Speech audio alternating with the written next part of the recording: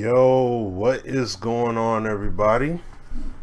Ooh, that.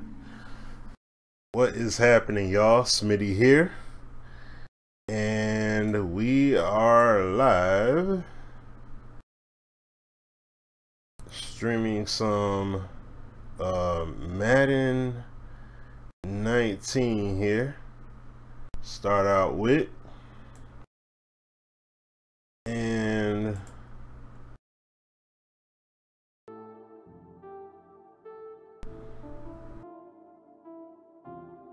gotta get the music playing there. Like I said, like always, y'all let me know, as you guys come in, y'all let me know if the game, if the music is a little bit too loud or whatever. I'll let you guys fill me in on that. But otherwise, hey, what's going on, Robert? How's it going? You know what, I'm gonna move this widget because this, hold on, let me do this. Let me see.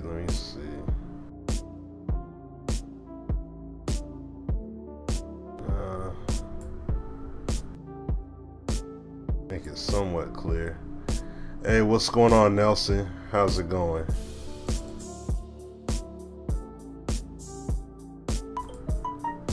There we go. Good. All right.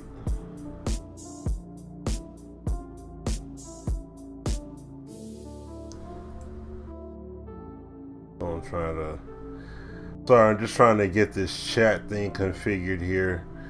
I may just let the chat play on the side, let the stream go on the side there and see it that way.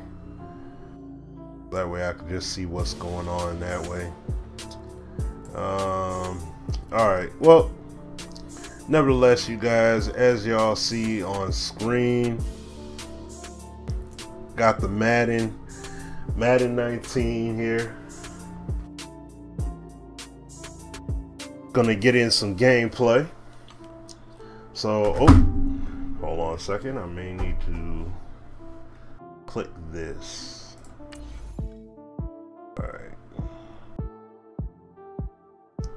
Alright, there we go. Alright, let me back down here. Phone calls coming in here. Alright. Now, I know I tried to stream yesterday, and well, the other day, things didn't go as smooth. So hopefully things go a bit better today. But now I'm just playing the game here so I could showcase the mod from Sabo, because he did a real good job with with his rosters and his game and the way the game plays. It feels pretty good.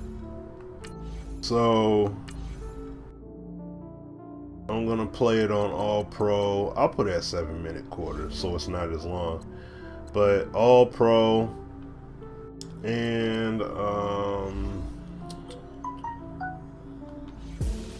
go to, let me load up his roster.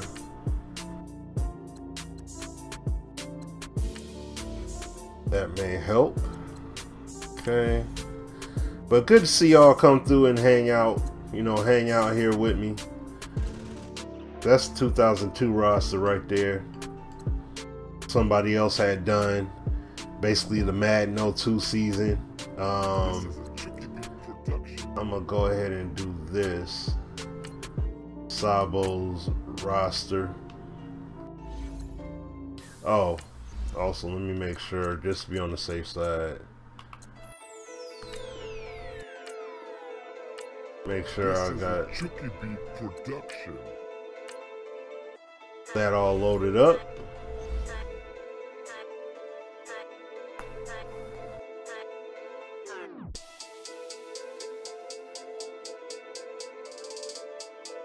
It's gonna look like N1 in the live runs now. Something interesting, I'm not updating NBA Live yet. I'm not doing it yet. I'm gonna tell y'all why. I'm not gonna update it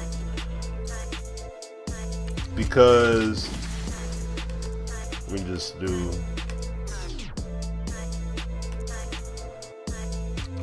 okay.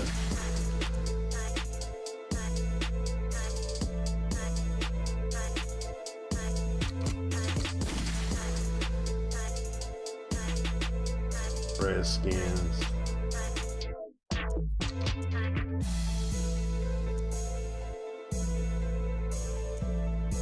Let me see here. No, I'll go ahead because that was the team that I was given. So I'll do that. I'm up against Green Bay. Play it out here. But the reason why is because if you don't do the title update on the Live 19, if you don't do it yet, then you'll be able to play the game, still build your character up with the double XP still in effect from All-Star Weekend until you do that update. So what I'm gonna do when I play NBA Live, for the moment at least, when I grind out, I'm just gonna go offline, fire the game up, and I'm gonna juice my player. I'm gonna run through as much as I can and get my players juiced up. Take full advantage of that and do it. And then I'll go online, do the update, and play.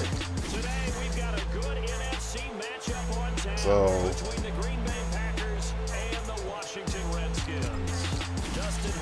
I just so happened to see that coming across the Reddit page, looking on Reddit, and there are people that were saying that like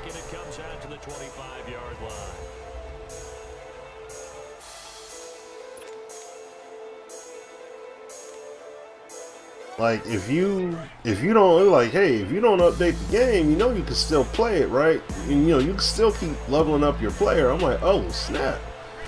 Because I got some builds that, you know, I was getting to work in on building them up progressively, and I was like, dang, the weekend over.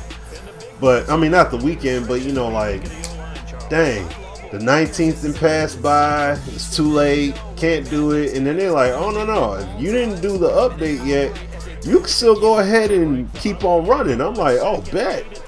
I ain't do it yet, so I'm just gonna. Oh no! Woo! Man, he had us smoked.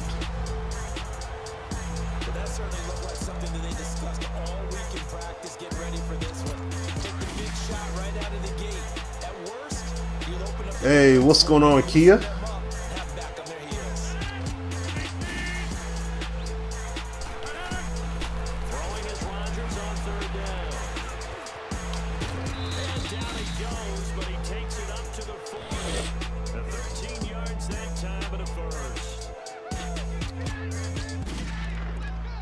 Messing with this Madden here. This is a Chucky Beat production. And y'all let me know if the music is too loud. Let me know. I'll lower the volume so it's not, you know, overriding anything. Like, I definitely don't want that. And that didn't fool anybody. He's going to be dropped in the backfield. That's going to go as a loss of a yard, and it'll be second down. It's a tough one right there. He ran right into the teeth of the blitz as the linebacker was freed up in order to stuff that one for a loss. All right. I think quarterbacks got to see that. Got to find a way to audible into something a little more advantageous. 319. Everybody was hemmed up. Good. I ain't doing that title update for live yet until the whatchamacallit, until I level my players up, man. I'm taking full advantage of that XP situation. You know, like, taking full advantage. Oh, dang it! Y'all clearly saw that block in the back. Oh, there's live events that give you the dribbles. Okay. That's cool. And that negates a pretty decent punt return. And the goal is to gain a first down on a punt return, which is 10 yards. This was much more than that, but it is going to come back due to the illegal block in the back. So the special teams penalty block him in the back like that, man. Come on, dog. And off comes to Peterson. AP still got it. I should have cut it to the left. I probably could have took that to the crib. Peterson ended up having a really good year, over 1,000 yards, which was 8th in the NFL in rushing. Of course, he was signed after. Okay, that's what's up. That's what's up. Y'all see me, like I said, I'll play live. And blew them away in a workout, and they wouldn't let him leave Washington, D.C. And guess what? They saddled him up. Like, I'll definitely play some more live. Just, I gotta do that. I gotta get my players jacked up, you know, first, and then I'll definitely go get it. You know, I'll definitely get back on. You know what his dad nicknamed him as a kid? All day. You got it. Oh. AD doing his thing in D.C. And he is going to be stopped cold behind the line of scrimmage. It'll be a loss of a yard, and all of a sudden here, it's 3rd down. All right, quick observation, Brandon, because early on in this game, I'm seeing got me linebackers stuck. as close to the line of scrimmage. But yeah, I know people gonna be getting saucy with them dribbles out there. That's a given. That's why I gotta create. That's why I gotta create a character. You know, like I gotta create characters that got handles, because clearly, you know, stuff for the big man ain't truly there. I mean, I know they got the cream bigum stuff, but still, it's like, you know. So from the 39 now, Oh, excuse me. up on a 1st and 10. Here we go. Brand 38. They run it here with Thompson. And they get this one all the way up to about the 46-yard line. Oh, I thought he was injured. Like, oh man, he got hurt too. The success there, Charles, coming Like, on the gosh dang it. the ground game. Curious to see if that continues as we progress. Yeah, we often talk about a variety in play calling, and usually between run and pass. But in this case, with strictly the run game, you can be creative there as well. Run it inside, run it outside, keep the defense off balance. Whoa. This is going to be incomplete. Jordan Reed was the intended target. That was a bit extreme with the inaccuracy there. Too much mustard there on that pass. They really turned it loose, didn't they? Really cut loose with that one. Sharp, strong. Yeah, he cut too dang on loose with that pass. Golly, gee. Now Johnson from the gun on 3rd down. Come on. Throw incomplete. I know coaches tell. Who's a quarterback?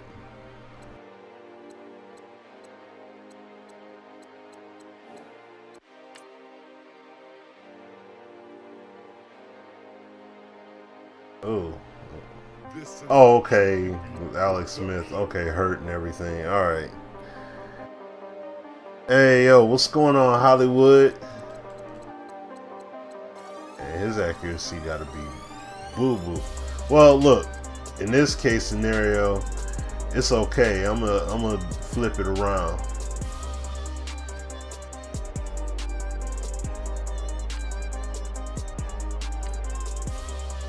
Put the starter in there. Going forward. Can't be out there playing can't be out there playing booty like that, man. Can't have that. In this case, just a little bit too much. Now the punter Tress What? he sends this one away.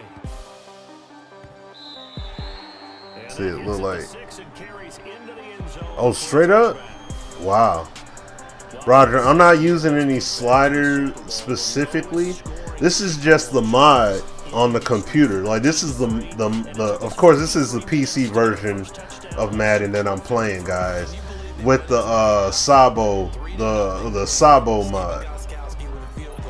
Because I know we've all talked about the Nectar mod, but then there's the mod done by Sabo. So it's his mod that I'm playing on here. And from what he said on Operation Sports, oh dang, you don't need to use sliders with it. You can if you want, but you don't have to use sliders for it. So a decent game, still all for naught on the penalty. It's too bad, isn't it? They were feeling pretty good about it. Only people celebrating. So what I'm doing. Oh, he just been indicted? Oh wow. Gosh dang it. And now whistles and a flag, and I think we got a jump here. That's on me. Neutral zone infraction. Yeah. Defense. Wow, that's crazy. I mean, So a jump there defensively. all that while living. I mean, it's catching up. It's catching up with him. That's basically. That's essentially the long and the short of it. It's catching up with him. The way that man was living is catching up with him. So, I mean, it's jacked up no matter what, but it's catching up. From the gun, it's Rodgers. I'm about to say, if he held on to that, he tried to reel in that one-hand catch like that, man. This game, and he certainly qualifies as one of them. They're gonna have trouble if they continue to throw into double coverage. We better be careful. Throwing in too much double coverage might have a couple of them picked off.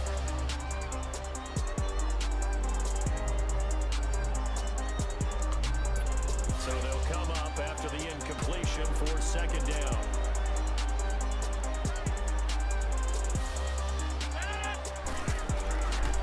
They'll run with a backup. This is Williams.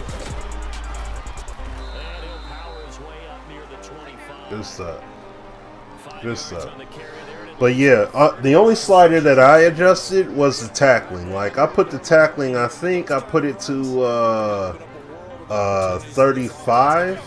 And they insert their dime package. So that way, you know, they're able to slither away from tackles a little bit, but not a ton. And shotgun now for Rodgers. nice. The contact made the ball. Nice breakup. And the other thing too is I did with the sliders, what do you say? Oh, he said put the injuries at 50. So What did you see? Yeah, I think you've got to let them. that's basically what I did. If there's contact coming from both sides, no flag. Let them fight it out. And forces fourth down. Crowder now to return. Oh. They'll get 9 yards on So, the return there you know, following a punt of 42. And Do what you want to with the sliders, however you want to set it up.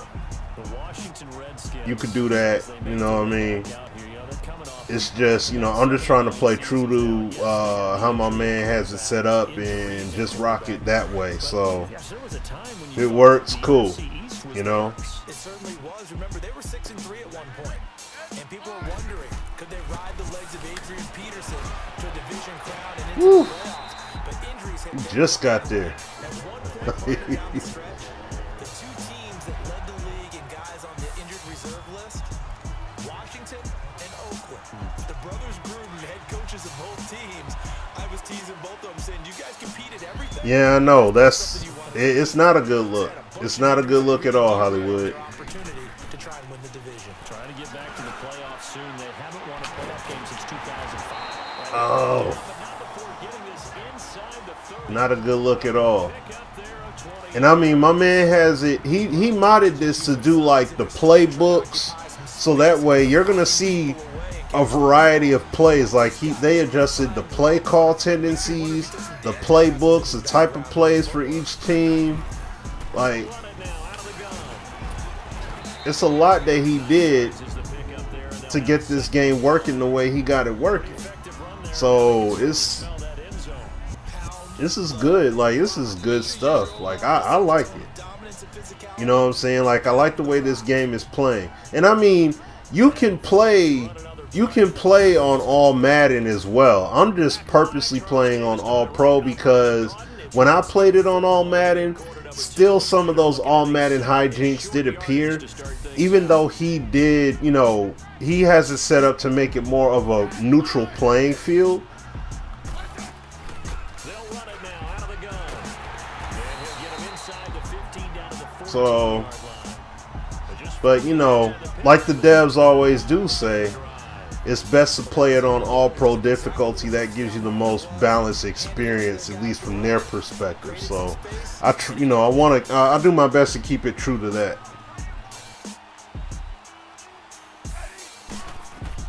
On 1st and 10, Smith. That's complete right around the 8. And he's able to work it here to the 8-yard line.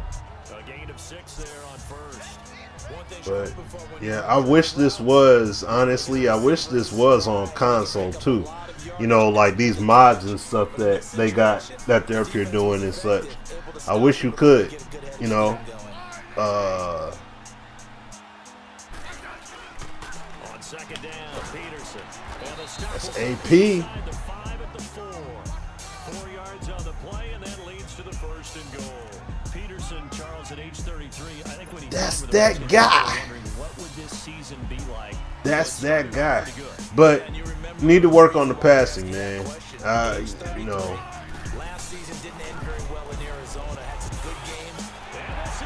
Oh, nice. I didn't think he was going to get it. Josh Doxson from 4 yards out. And the Redskins are able to strike for 6. And all about timing there on that short See, slant, Charles. let me tell you. Hold on. Let me go into the replay here. Hopefully my computer don't act funny here. But when you go into the replay, look at this. Look at this right here. Now, this interactivity right here between these two guys, I want to focus in on that. Okay? Ball gets snapped. Look at how these guys interact with each other. The NCAA mod, no, it's not out yet. Nope, they're still working on that. But look at this interactivity.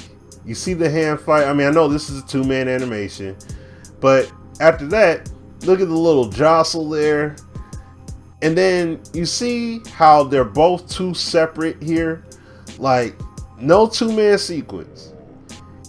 He boxes him out with his body. This is what we need in Madden. This is what we need to be happening like 95% of the time in the game, dude. His body boxes him out along the route. I mean, what can he do? He bodily boxed him out and made the reception. There's nothing he could have done about that. Nothing he could do. He doesn't have the momentum in midair like this, so all of a sudden to tackle him aggressively. But it would be cool to see him try to tackle, like grab the. It would be cool if they had a tackle animation where that could trigger, where he'll like try and grab the arms and try to pull him apart and make him drop it or something. Like, you know, stuff like that. That would be tight, but nevertheless, this is a real good example. Physically, use his body, boxed out the defender, able to come away with the catch. You know what I'm saying? Able to come away with it. I know that. Now, see, this is a bit funky right here. Because essentially, look, it's heading that direction and then they suction it in. We all know that's a problem. That's always an ongoing problem. But that positioning right there, that needs to be happening all the time. As close to 100% as you possibly can. 2 separate animations, respecting the position of the wide receiver and the defensive back accordingly, and then just let it play. Just let it play.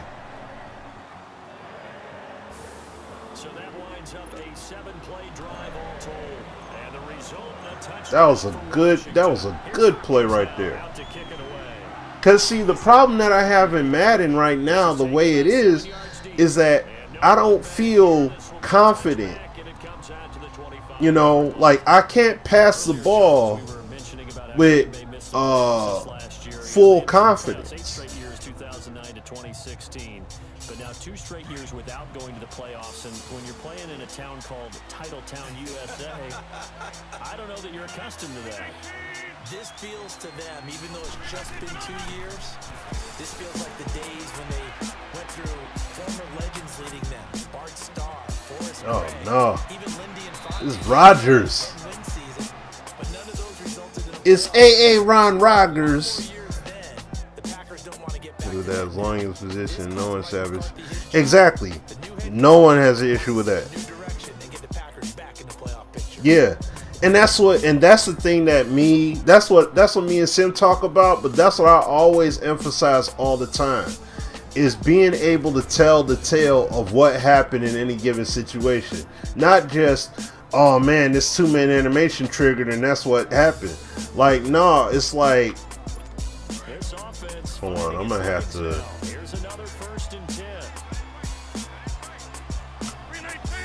Gonna have to spy somebody on Mr. AA Ron here. Mr. AA Ron Rogers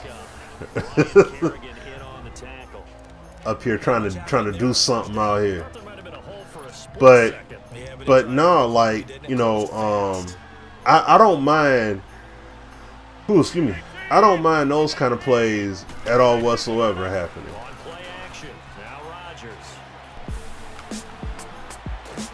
Get him.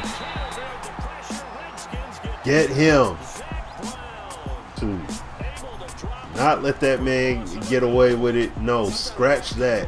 Get him. Hit him right now. Like, get him.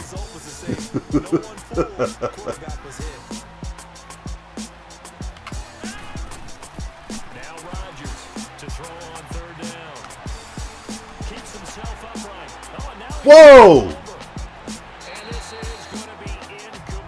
All right, that's me putting the tackling where I have it at. That's me. I mean, I know Aaron Rodgers is mad elusive, so I you know, but and see, it's not depicted the best way in the game yet, but still, my man he should have went down.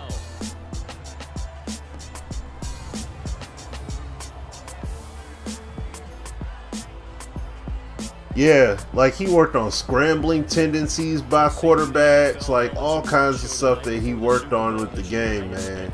So yeah, it's crazy. It's crazy.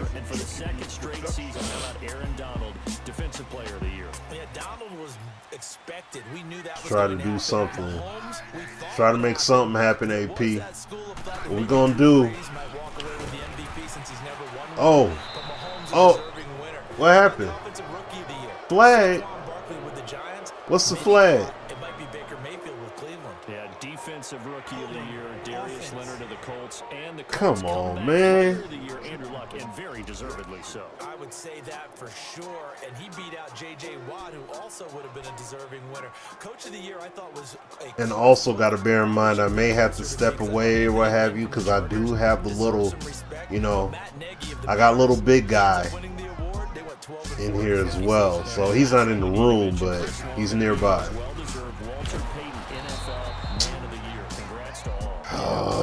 His first 4 game checks to fund a literacy program that donated free books and mentoring services for families. And remember, last season he donated every game check to causes that he felt strongly about. Facing the prospect of a punt from their own end zone, they need some cushion. Let's see what they can do on 3rd down.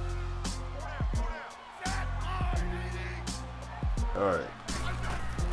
From his goal line here, Smith caught on the right side, Reed. And they'll mark him down right around the 9, just shy of the 10. Just a 5-yard pickup, and it leads to 4th down.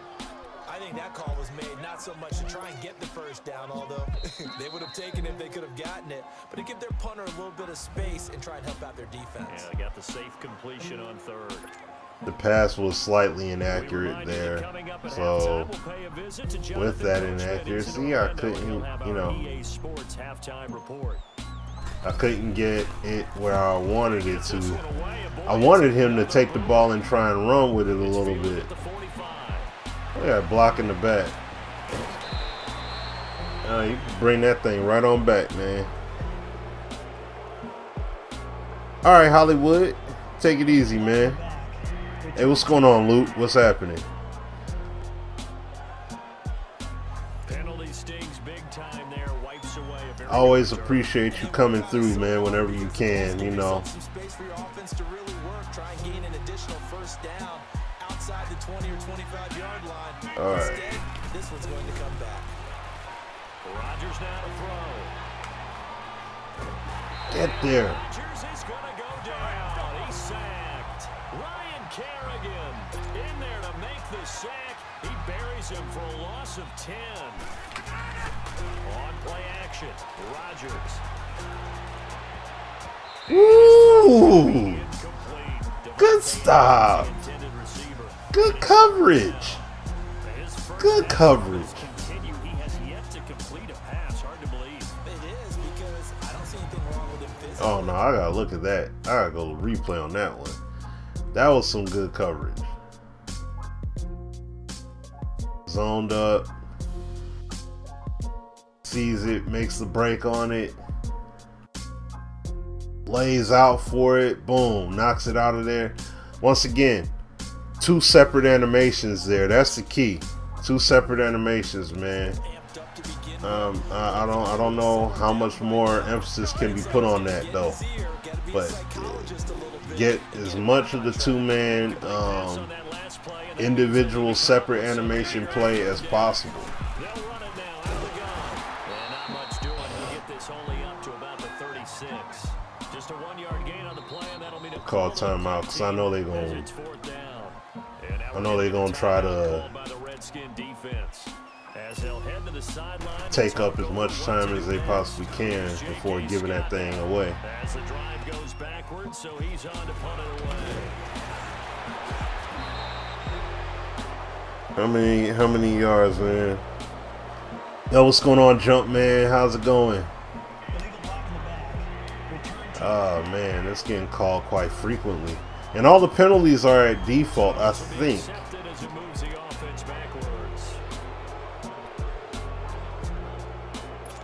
So, alright. Trying to make some things happen on the gridiron here. Dang it!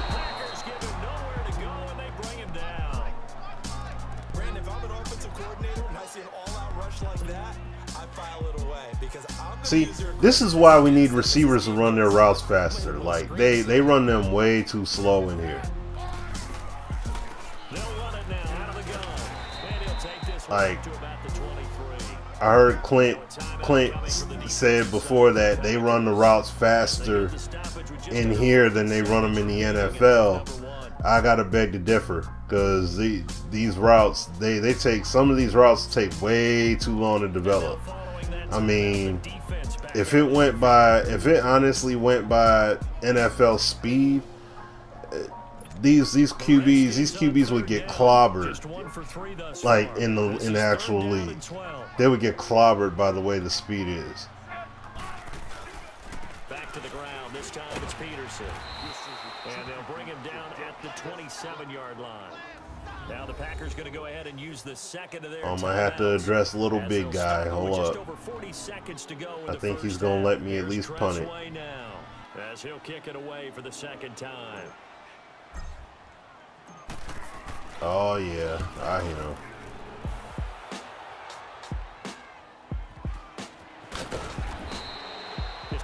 Ooh, he's up here causing a little fussy. Yeah, you fussy tussying, buddy. All right. All right. Run this play real quick, and then I'll be back in a hot one. Oh, nice. Nice pick. Nice pick. All right. I'll be right back.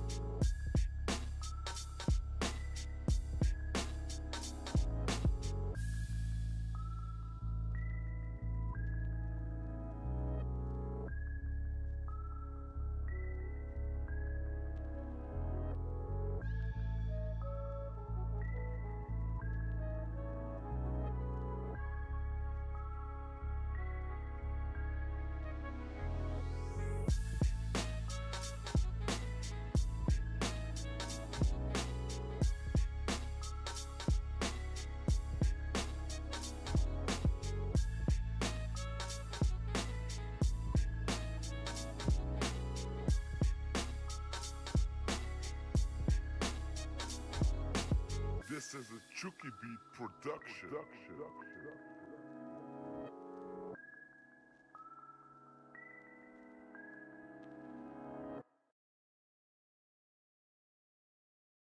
This is a Chucky Beat Production.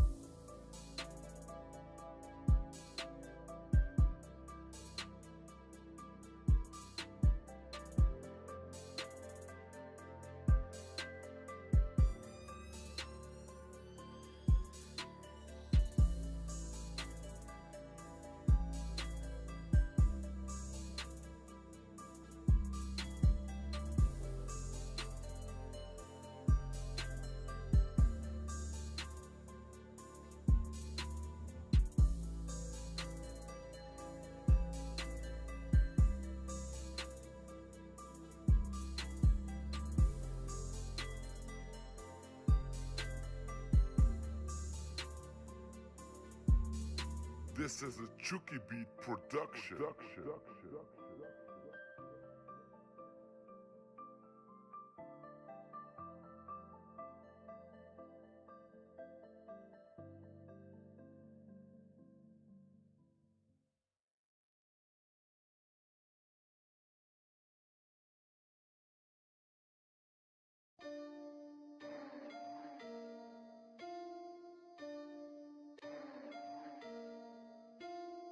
This is a Chucky Beat production.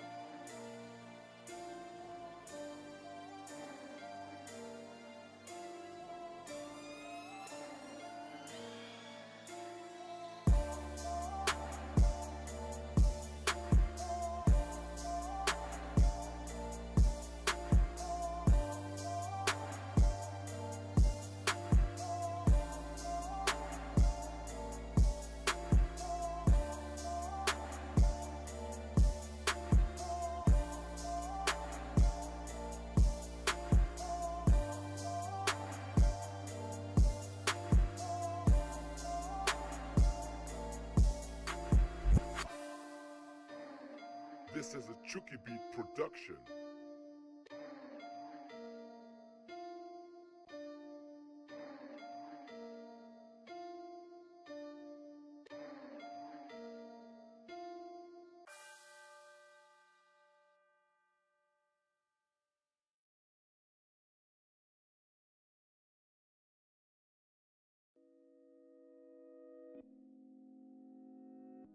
This is a Chucky Beat production.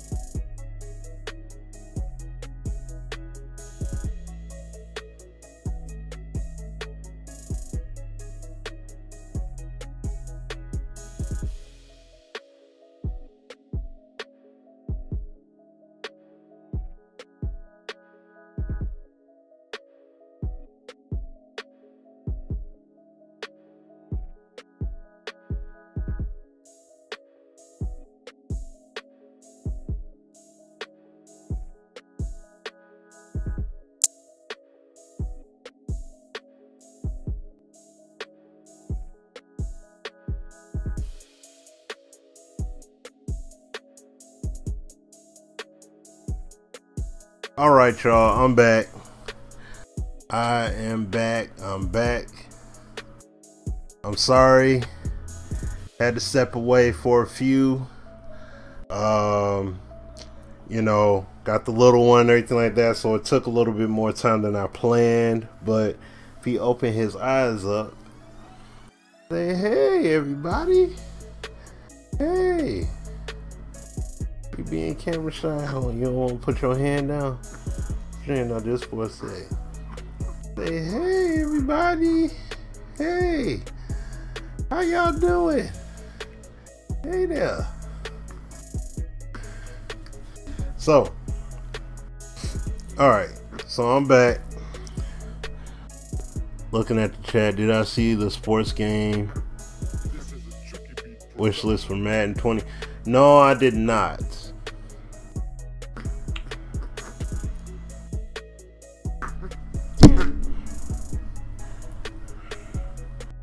I set this swaddle thing to be lower and it rides up for some odd reason.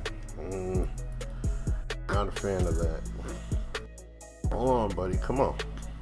You gonna work with me a little bit here? Alright. Alright.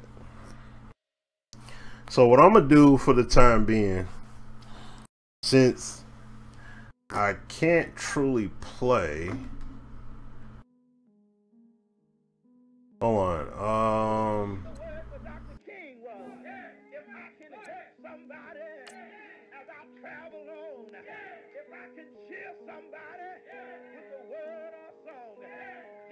here.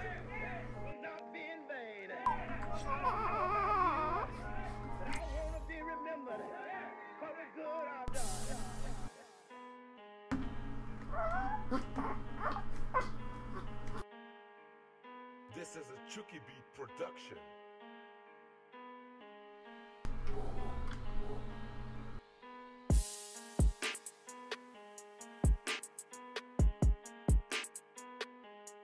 Just across midfield and down at the 49-yard line. That was a really nice interception. I think it illustrates the differences between playing man and playing zone. When you're in man, all you're focused on is the receiver in front of you. But when you're in zone, you're allowed to read the quarterback's eyes and go to the ball. That's exactly what happened on that play. All right. Well, off topic, but we'd be remiss if we didn't point out what else was happening Super Bowl weekend. The Madden 19 Club Championship. Yeah, what you turning that way for? You gotta turn toward me. You want this food? Come here. He took down the Vikings and come here. Charles Strafing. He had to reach for the ibuprofen after a 38-24 beat. It was on Sports Gamer's website. Okay. The Vikings went down, and they went down hard. That's how the Raiders do it. How about Pavin, though, wins $100,000 for Won his a efforts. pull Also shirt. won Super Bowl tickets for the next day. Unselfishly gave them to his father and his brother. How about that? That's pretty cool. Congratulations, Pavin. Way to Team go. Johnson on pieces. Reed, the 20. Oh, he took it all the way in for 6, and there's a flag on the play. We do have a flag down. Oh, This is about. holding. Yeah. All right, now question. Now with 2K signing a $1 billion deal, And retract the touchdown. NBA The chunk play. Big finally get some technical fouls, arguing with the ref. take it back and see if they get I mean, still in their arsenal. that ain't no real big deal. They already had, but the thing is, they already had technical fouls in their game. Like, they got flagrants in there. And remember, they did put technical fouls in the game, but it was basically, you know, if you were, if you spoke, like, that's like if you had the Connect or whatever, or, you know, the PlayStation voice chat thing or whatever, and you're playing the game, and you say some rude words or whatever, then you'll get a technical foul. You know what I'm saying? Like, I don't know if you would have players arguing with refs necessarily like that to the point where they'll actually get teed up.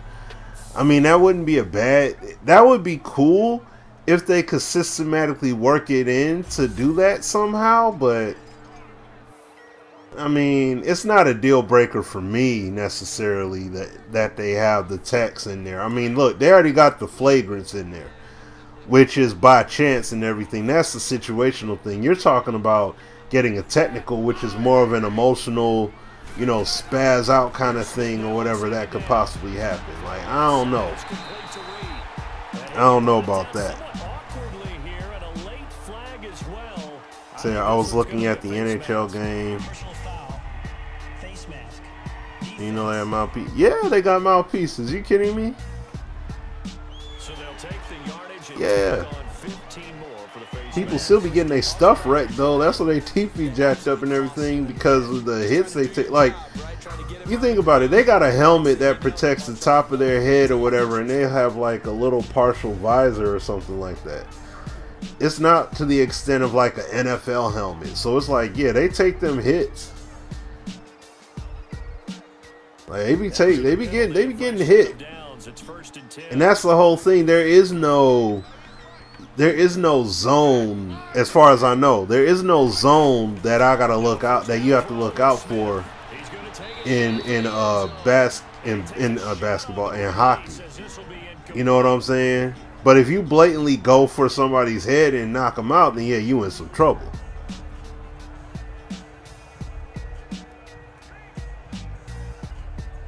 So after the incompletion, second and 10 from the 22. No, it's not a big deal. It's not a big deal for for them to have like verbal text happen in the game. But I mean, they can add it in. Yeah, like, look, they got the physical flagrants in there. So, I mean, it wouldn't hurt for them to, it wouldn't hurt if they added it, you know? That's all I'm saying. It wouldn't hurt if they did add it.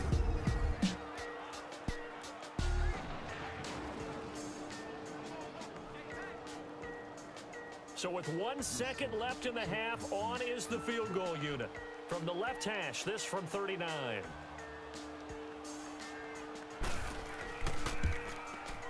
And Hopkins' kick is good. So we have reached halftime with our score 10-0. So, but one thing though, one thing that I definitely do, I want to talk about while, you know, like I said, I'm up here feeding my son here and everything, but one thing I want to talk about while this game is going on right now is I want to talk about Anthem. You know what I mean? I'm going to talk about that for a hot moment. And what's he saying? They systematically work it in. Yeah, I mean, they can work it into the game. I believe that they can. I definitely do. You know, how they would do it, I don't know exactly. But if anything, 2K could definitely make it happen. I have full confidence that they could add that into their system. Ooh.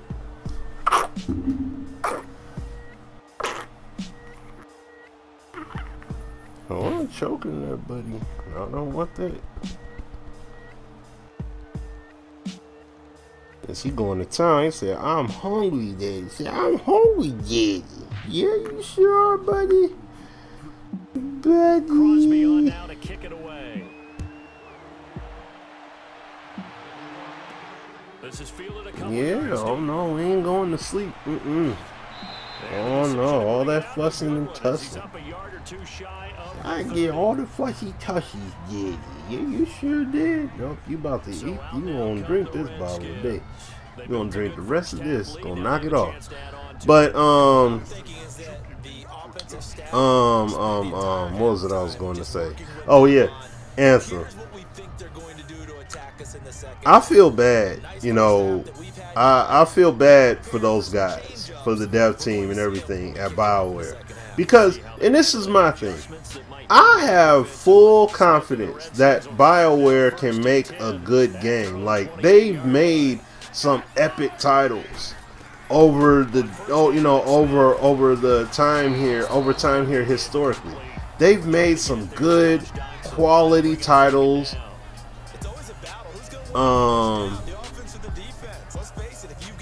You know, deep storylines, all that good stuff, right? You know, like they did it with, like, what was it, Knights of the Old Republic, and they did it with Mass Effect. Like, they know how to make good games, man. But the funny thing about it is that when you look at AP, truck. Look at AP. But no, the thing about it is that, you know, is EA getting too involved? Like, it's like this. That's like saying if you hire an artist, right? You hire an artist to do a drawing for you or something like that, right? You gotta let that artist create. You gotta let them flow accordingly. You can't. They've only converted once in 4 tries. This time they face a 3rd and 2. Oh, okay. You know. Oh, he had it. Dang, he hadn't dropped it. But you know, all you have to. Oh yeah, he straight up dropped the pass. Oh dang, that sucks. But you know, when you have the opportunity to, you know, make a game or whatever. I mean, excuse me, I'm sorry, I'm getting my thoughts mixed up. But when you're an artist and you have the ability to go out there and create, and they allow you to create accordingly, they allow you to build the game, you know, to do the artwork, you have to let that artist create.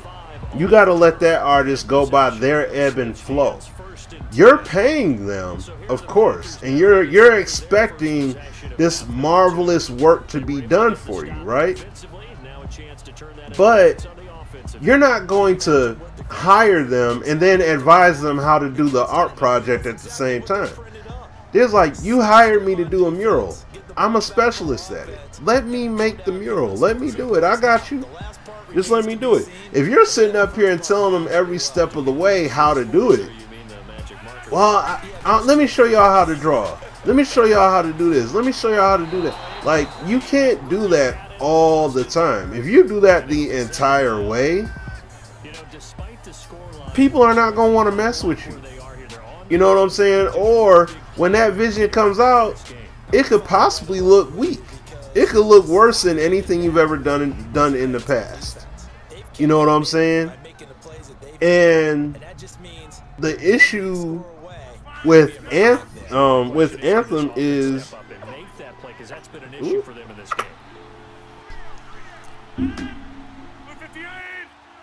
the issue with Anthem is pat on the back here a bit. The issue with Anthem is exactly that. It's like you have your artists, but you're not letting them do the work. You gotta let your artists work, man. You gotta let your artists work. If you're not gonna let your artists work, then what's the point? You know what I'm saying? You're this great visionary. People have loved your work. What you've done was marvelous in the past, and they love this and love that, right? And after the run by Jones, here's first okay. Ooh, excuse me. Ooh. Excuse me. But now a play fake here on first down. You look at how the artwork is depicted, right? And you see it and you're like, man, this looks amazing. This looks good. I like the way this, that, and the third is working. This is some good stuff, right? You hire them and then you tell them this is how I want it to be done. I want it to be this kind of, like, what's the vision? What's the scope? And then I'll figure it out from there. Oh, I want something that goes along the lines of A, B, and C. And then as they're going through and doing the work, dang, as they're going through and doing the work, you keep on stopping them and telling them, well, I want part A to be like this now. Well, I want part B to be like this. Here, come on, finish up. I want part B to be like this. And you know what? Also, when it comes to part C, I want part C to be like this as well. And then, you know what? I know you said there wasn't going to be a part D, but then I want part D as well. And there's going to be an E and an F. Like, it's like you're handicapping the whole creative process because you keep on getting into the middle of the process. You're telling them how you want the game to be, you know, how you want this project to be done many times over. And it's like, well, if you're going to keep telling me how to do it, then yeah, my name is on the front of it. It's my reputation that's going to be on the line because of what you personally want. And that's how I feel is literally what's going on. That's what I just feel. It's just my opinion. I mean, I'm not, you know, yeah, I'm a game changer and everything, but I don't know for a fact. You know, I don't know for a fact how it all goes. Isn't that right, buddy?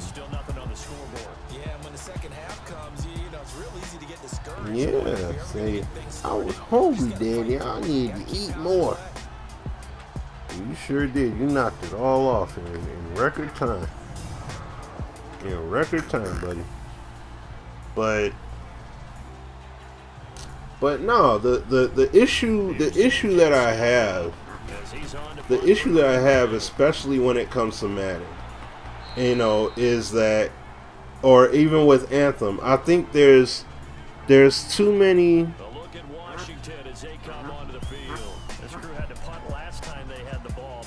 Like, there's too many hands in the pot. You know what I mean? There's too many cooks in the kitchen. You know, you got the dev team, you got the team that's necessary to cook that master dish. Let them cook. Let them bake. Let the baker bake.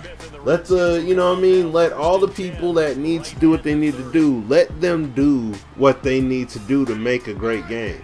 That's it. They don't need extra people, you know, they don't need extra people involved in getting all in the middle of the process like that. You saw what happened with Apex Legends. EA tried to get involved, and Respawn just basically told them, no, like, we got this, man. We got this. We know how to make these games. We got it. And look at what kind of game we ended up getting, because EA just stayed out of the way. EA stayed completely out of the way and let those people work. All of that all makes a world of a difference. It makes a world of a difference. Because this is the same situation. Respawn with EA being the distributor. EA is the distributor, and Respawn is the company making the game. BioWare is the company, and EA is the distributor of the product. But the difference between both of these games is, I don't know how much time went into Apex Legends. Apparently, I don't know how much time they put into developing that game. But the thing is, I can tell. It's easy to tell where EA didn't have, where there were too many hands in the pot versus the other. Respawn said, no, we got this. BioWare, they just went along for the ride. And that's how it comes off as. Like, it's like, and this was like the big reason why I didn't like Destiny is because of this exact thing right here. That exact one element. Because, you know, there wasn't real creative control.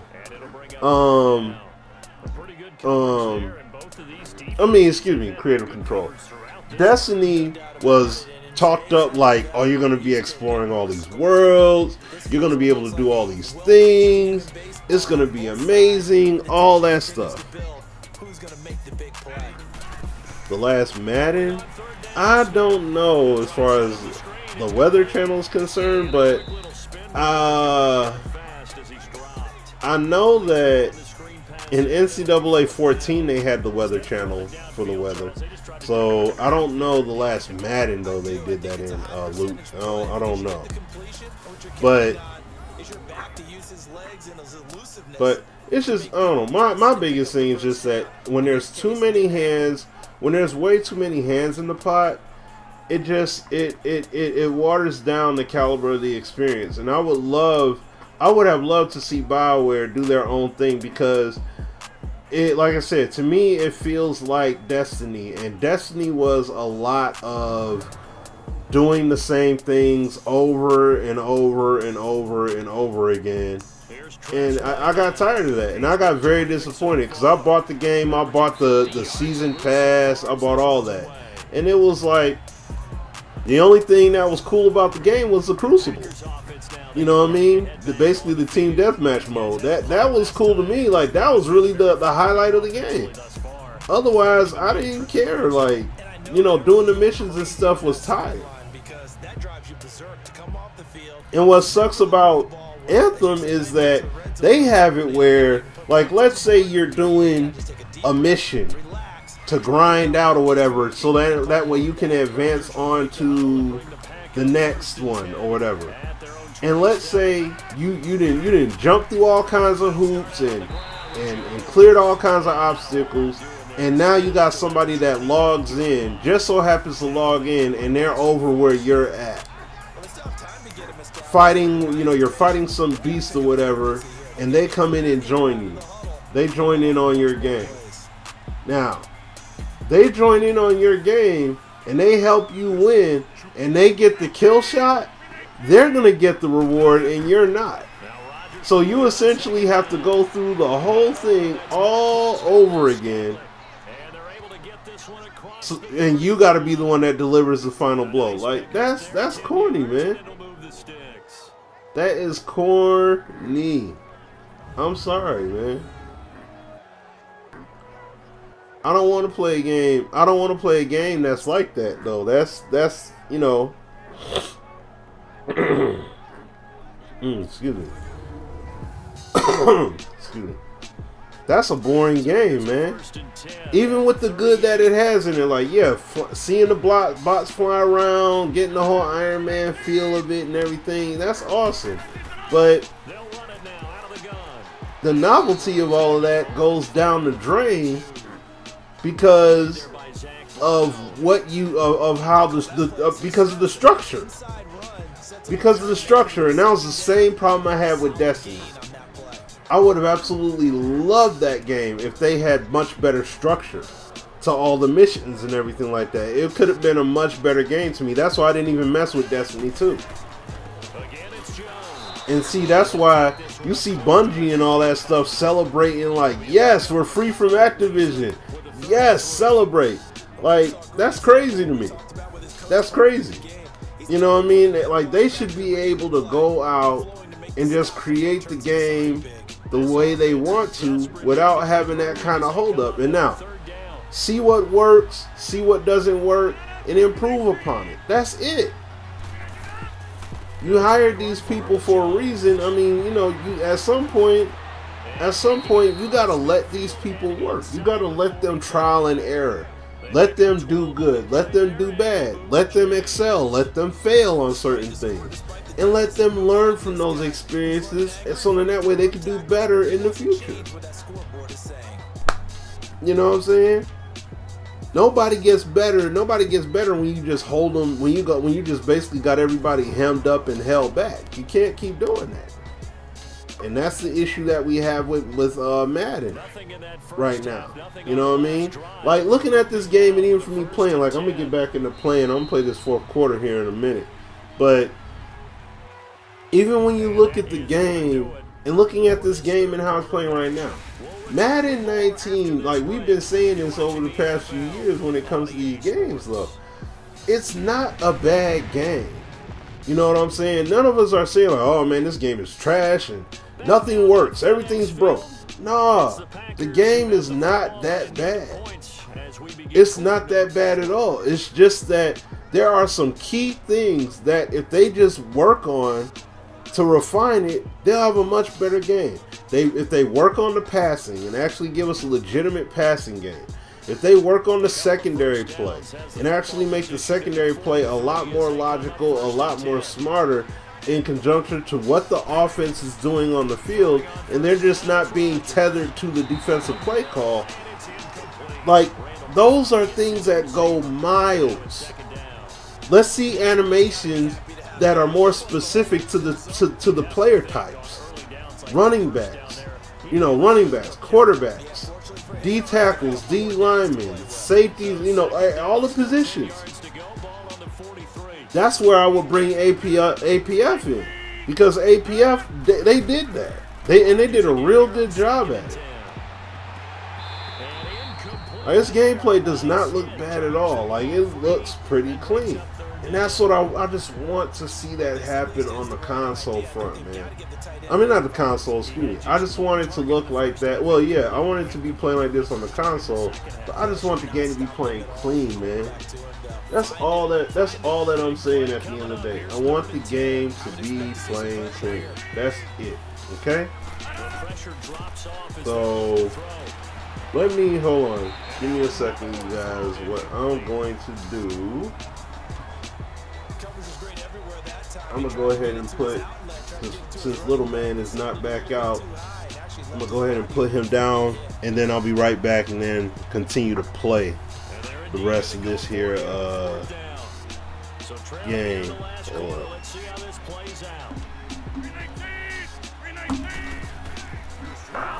Give me my mouse.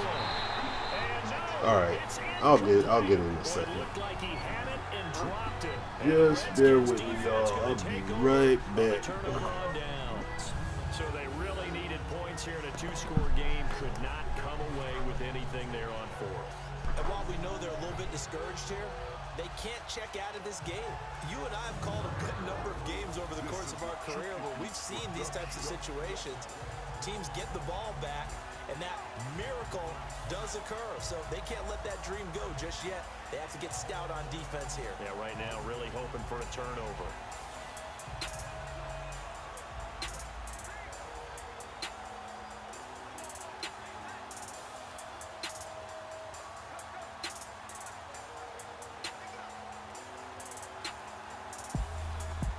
Smith and the Redskins will come up now 1st and 10 at their own 43.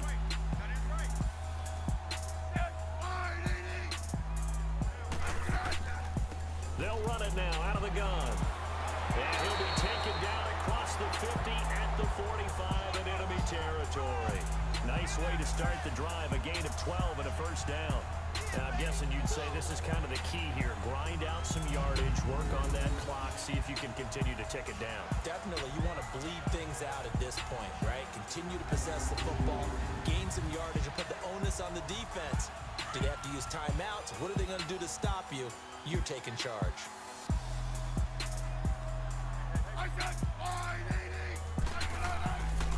First down, here's a run with Peterson. They'll get only a couple down to the 44. And the trend continues here in the 4th like it was in the 1st, 2nd, and 3rd. He's had nowhere to run. And you're probably thinking to yourself, why do they keep feeding him the football? Well, they trust him first and foremost. They do believe that over time he might actually pop one of these runs. But bottom line is, he takes care of the ball well for them, so they keep handing it to him. They run again with Peterson. And some good tackling there as he stopped up at about the 41. Another 2-yard gain there, but they'll need to do better this time. It's 3rd and 6. Seems pretty obvious defensively a key was stopping the run game. How have they done it so successfully? To me, it seems that these guys really did a nice job of paying attention during the scouting report meeting. And you know, Brandon, when they do those, they talk about the top plays that these guys like to run. The best runs for the top running back. Those are the ones you focus on and want to take away, and they've done that pretty successfully in this game. And past the 35, he'll be dropped a yard or two shy of the 30. Smith finding Doxson that time for a Washington first. Big hook up there, forced to throw it on 3rd down. The connection's going to keep the drive alive and also keep the clock moving. Yeah, and from a defensive perspective, didn't get a sack, didn't knock the ball free, didn't break up the pass. The clock keeps running on you. You're in a dire situation now.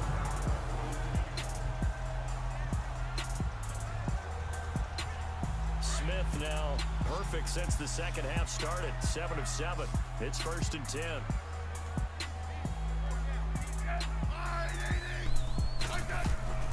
Now Smith. Out to the left, it's complete to Doxson. And inside the 20 before he's brought down. Back-to-back nice gains. That one for 14 yards and another first. Another nice pickup through the air, and I think a lot of people might expect him to run the ball in this situation, Brandon, but with this lead, they're electing to throw the football.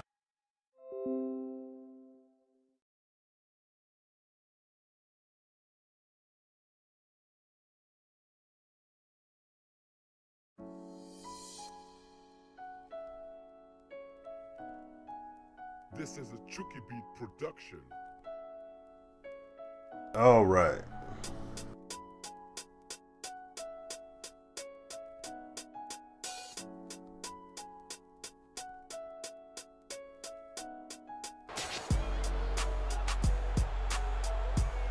So on the big tight end, holding. Each and every year, we talk about very few tight ends coming into the league that are polished blockers or asked to do it a lot in college. So it's a constant struggle and a constant fight to learn how to do it without holding.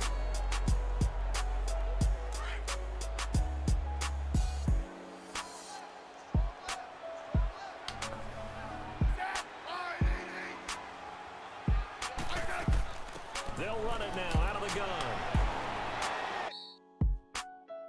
There we go.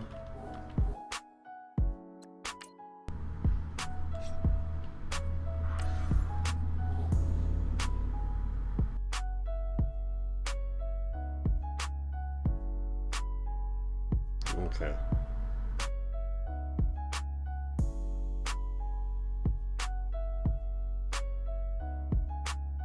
All right, let me just move that out the way. I got the chat over on the side anyway.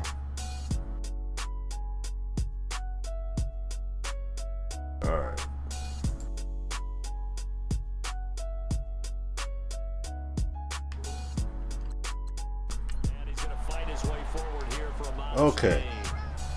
4 yards on the pickup. It'll be second Now, down. Bottom line, they want to keep this clock let's rolling. get So they'll back, take that get it one right back there. in They just here. want to keep falling forward, and they want to put the onus on the big fellas up front in order to bring this one home. AT's moving. AT's moving. Stay set. Wide, AD.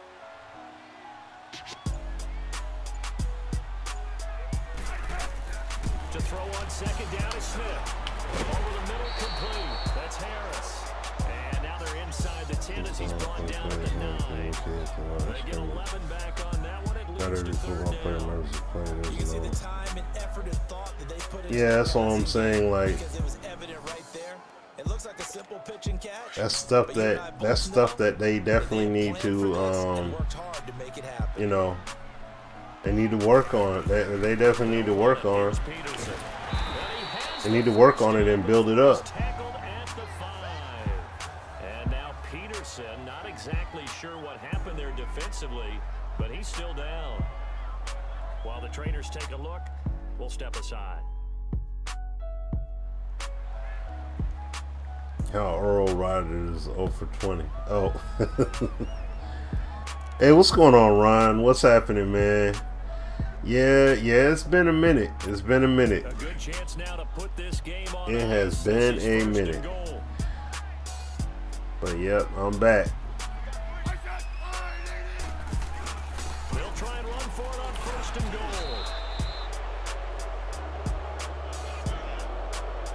It's Aaron Rodgers 0 for 20. I mean, yeah, that's very true. Holding offense. That's very true. But see, you know, So he was holding from that left tackle position. Everyone tries to keep their hands inside when they're blocking ever since they liberalized the rules where you can extend them out.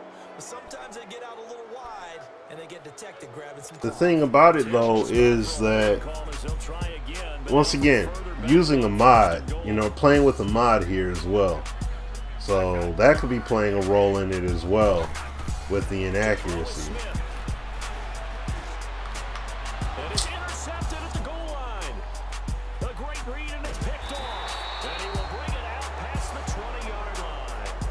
Come on, man, dang. Two-score game here in the fourth, and that pick, it kind of keeps the door ajar, doesn't it? It does, and you wonder That was a bad one. strategy because with a two-score lead, Am I getting MLB? trying to drain some clock, it's almost like they felt like, hey, good cushion, we can keep pressing it. It ended up costing them. He finds Randall Cobb with a completion. I may get it. I may get it. All the way to midfield. Not gonna say for certain, but I may get it. Good pick up there, 26 yards.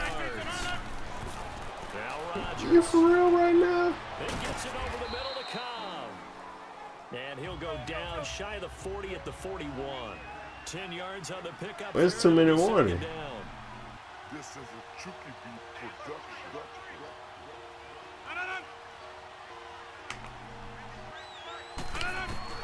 Rodgers to throw on second down. Got his man complete over the middle. That's Cobb. And he gets it down to the 32. Rodgers. Hold on a second. Hold on. Little man up here fussing. Hold on.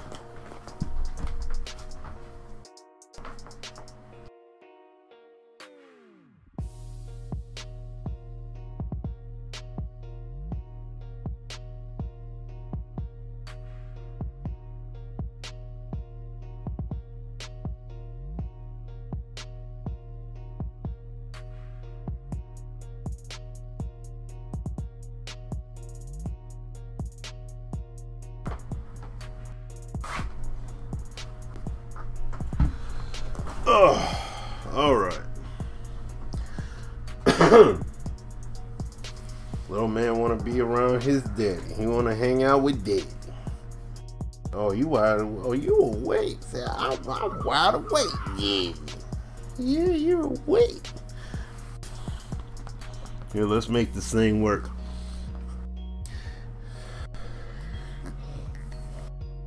Let's make it work, buddy. Okay.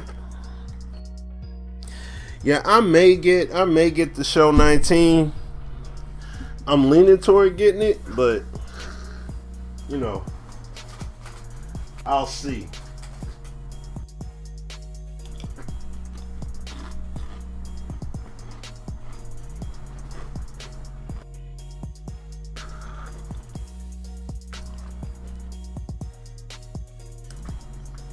Or you want to kick it with Darren? That's how we're going to kick it. Good for a Green Bay first. Never make the mistake that the slot receivers, especially the little guys like we're watching here, are just quicker than fast. A lot of them combine quickness and speed. And Oh, thanks, Ron. Appreciate that, man. First down now, but that clock rolling. Yeah. Now Rodgers. His throw caught right around the 6. This Very guy. solid gain of 27. Clock management definitely critical here if they want to get back in this game. This is Aaron Rodgers. Tempo in this case, down a couple of scores. Want to make sure they have a chance to win this ball game. Green 18.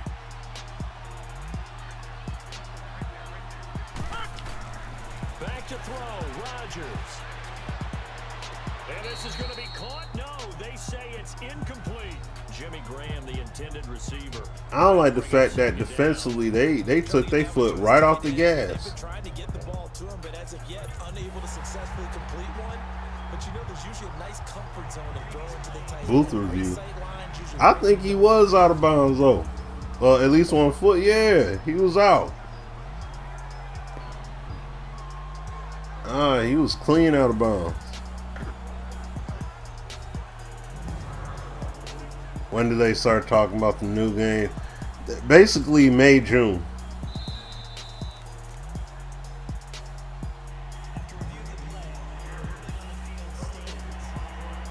So they went to the booth to see if that was a touchdown, and they have decided it will not be a touchdown. 6 points off the board.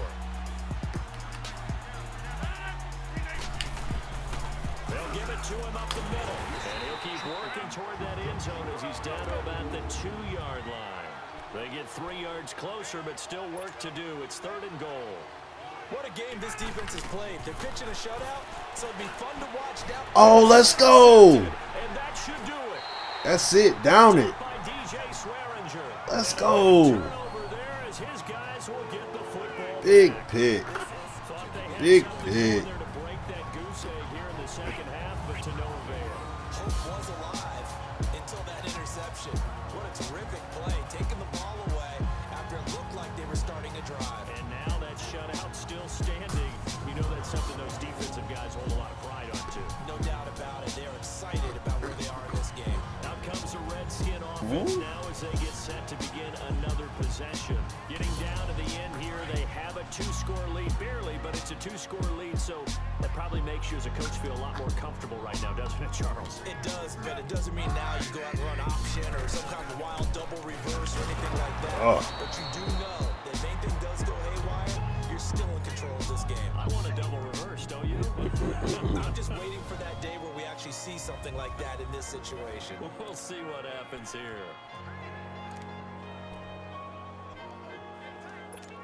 Another running situation on the doorstep as they come up. But yeah, like if these devs, excuse me, if these business people, if they don't let these devs create and make the game that they can make and deliver that experience, that negative stigma is always going to be on Electronic Arts. They always will have that, no matter what they say, because ultimately people look at the fruit of their works, man. Oh,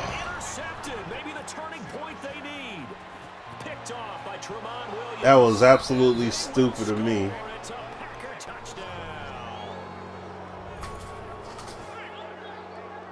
Well, don't change that channel just yet. This one may have gotten a bit more interesting. Put down the remote, put down the clicker. This one looked like it was over. It looked like they were ready to seal the deal. But in doing so, by pitching it around a little bit, it cost them. We could have a great finish. Ball never was throwing your direction. Look.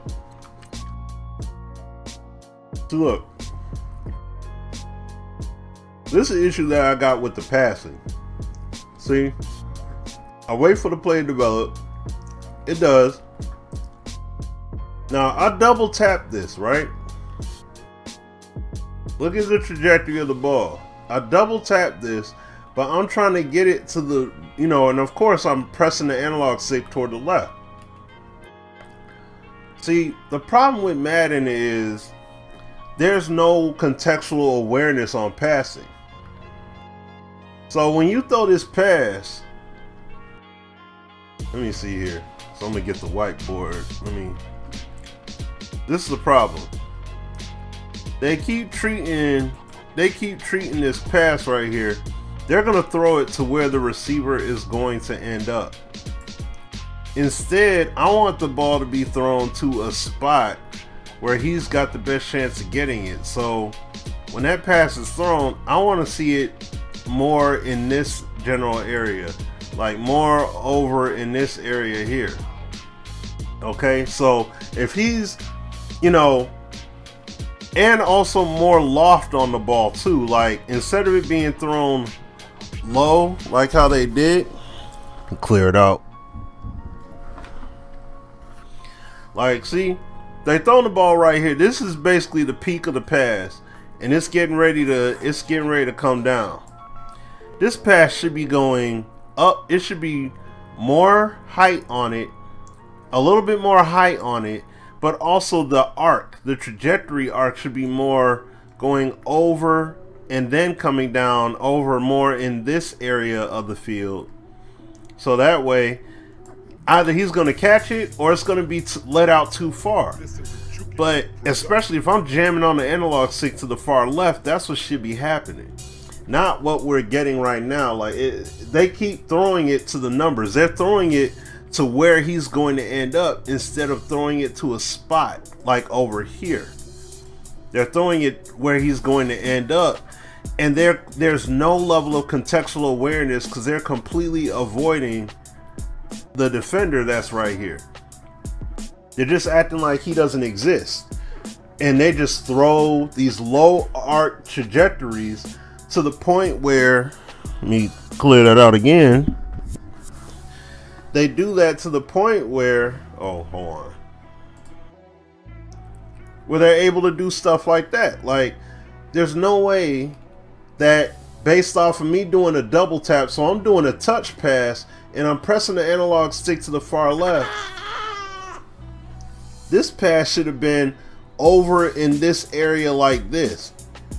It should have been thrown over in this area, not a touch pass, and we're gonna act like we don't see, he doesn't exist, and they're gonna throw it.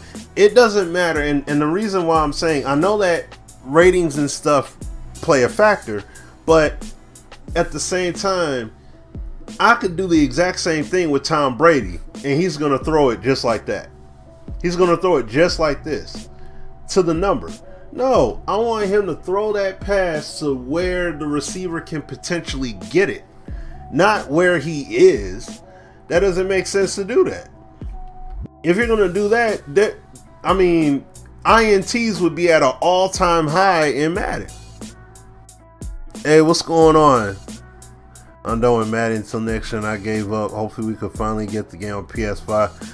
I mean, that's a shame to even be walking around with that kind of sentiment. Like, we shouldn't even have those kind of thoughts. But it's sad to actually have that kind of thought, that we gotta wait potentially until another generation of console gaming to get what we should already be getting. Like, that's ridiculous, man. That's not acceptable.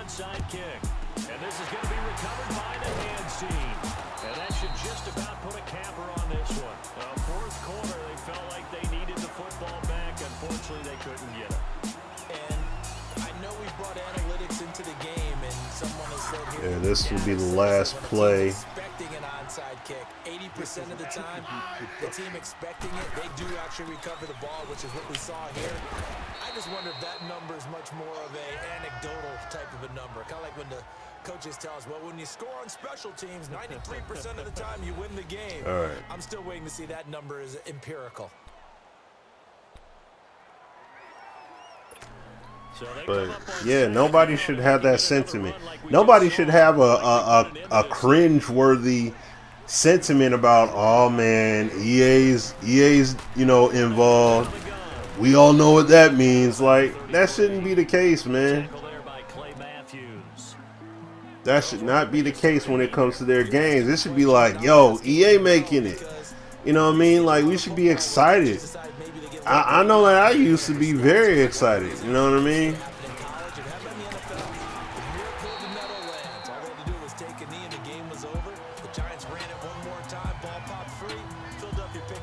Alright, that's gonna be the last play. I ain't about to fumble. Alright, Infinite. Appreciate you coming by. But, you know, I'll be doing a lot more streams and all that stuff and everything now that I'm back. You know, I'm back. Had the family stuff going on, but, you know, everything is a lot better now, so. Alright. Finish it. They'll run it now out of the gun. Well, Charles, the old saying, the old cliche, if you will, points at a premium, that certainly applied here, didn't it? And that almost opened up a time capsule, didn't it? Old school football, low scoring, close game. What a way to finish it up. You loved it, didn't you? You loved the defense. I certainly did. Brought back the images of the game of old.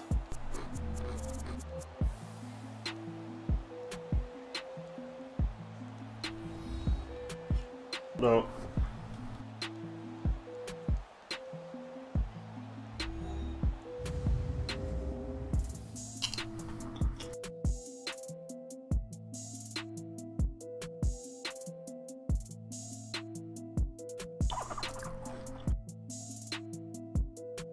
So that'll just about do it for Charles Davis. I'm Brandon Gaudin. You've been watching the NFL on EA Sports. For more, log on to easports.com.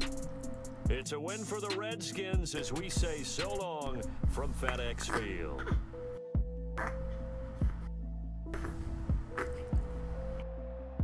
All right.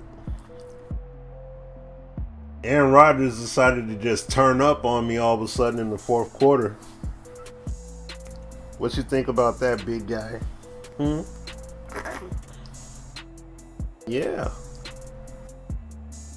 So, in the game there,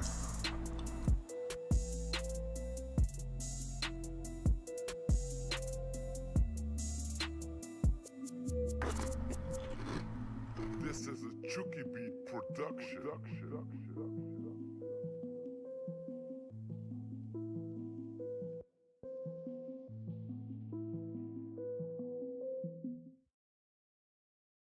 all right.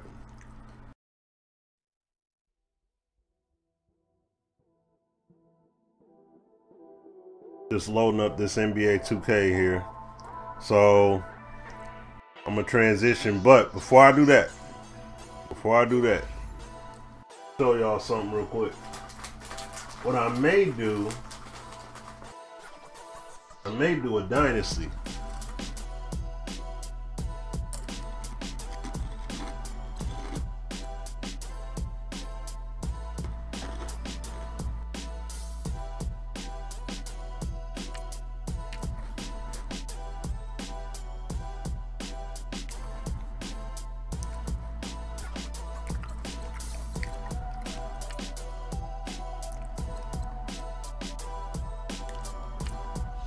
Not dynasty, you know what I mean, do a CFM. Pull up this roster here.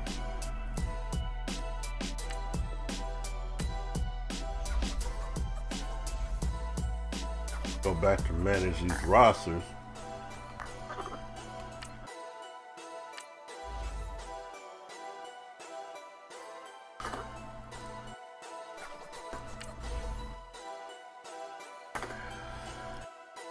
As you can see, this is from Madden 02. Well, it's 2002 roster, so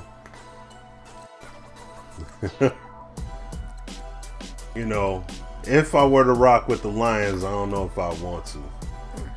I think that'll hurt. too much to play with them boys. Our team was our team was ill. You know what I'm saying? Our team was terrible. Look at this.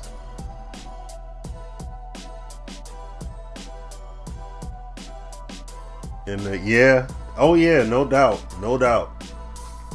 But it all comes down to what his interests are. If his interests are in video games too, then oh yeah, without question, it'll be happening.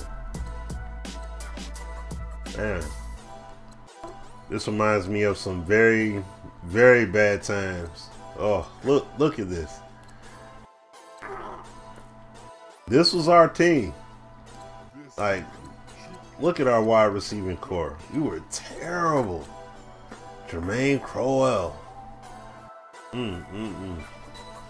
We had Oz Hakeem. He wasn't that much better for us. Golly jeez. Jeff Backus. Stocker McDougal. Oh my.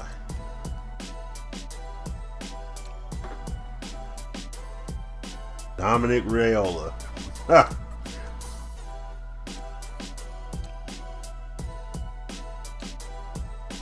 Yeah, Kalimba Edwards. James Hall. Robert Porcher. Luther Ellis. Yep, and we had Sean Rogers. Yep.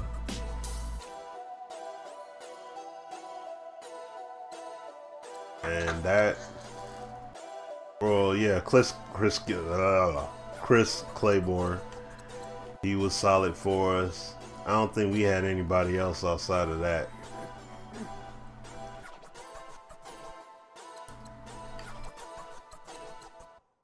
Yeah, our team, oh my gosh, oh, we were so bad. Our team was so dang on bad. This is a Chucky Beat production. This one you still had, you know, Brett Favre, prime time Brett Favre out there slanging it.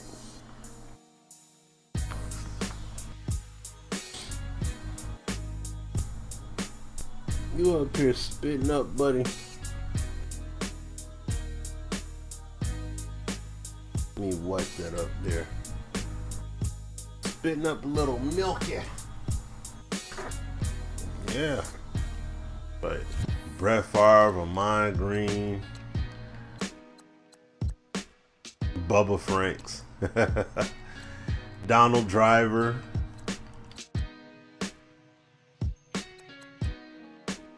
Just 3 years in, Donald Driver. Steve Smith. 1 year in, Steve Smith.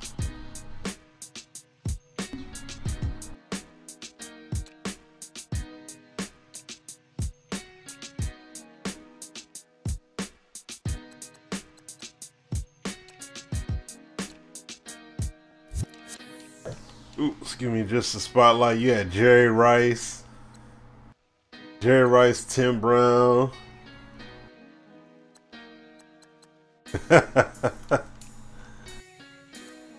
Charlie Garner, Tyrone Wheatley. Oh boy. Hold on, where go to the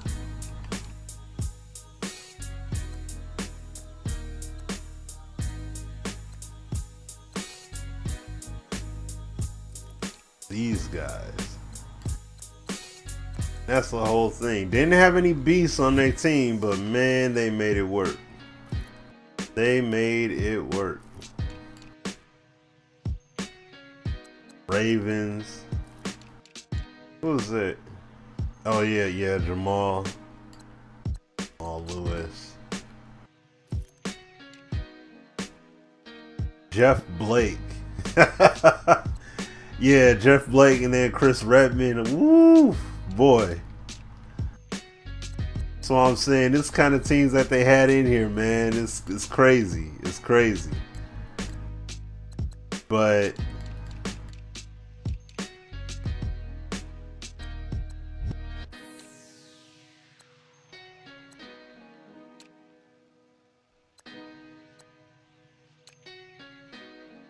still you had Ray,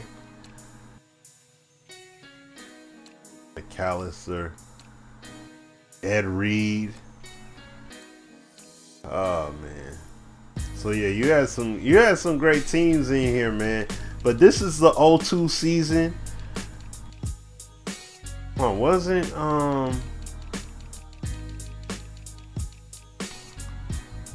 Fred Taylor? Yeah, he was still doing it. Okay. So yeah. This is the game, man. You know, so I'm thinking about I may do a franchise with one of these teams here. I'm leaning towards the Jags because the Jags were my squad. Like, I loved the Jaguars back then, man. That was my team. You couldn't tell me nothing. I love those guys, man. And then of course you got Vic at the QB. Cause this is 02, so this is, you know, before he graced the cover of Madden. This was when he was just on, you know, just starting to come up. So yeah, man. But no. Eagles, Donovan McNabb.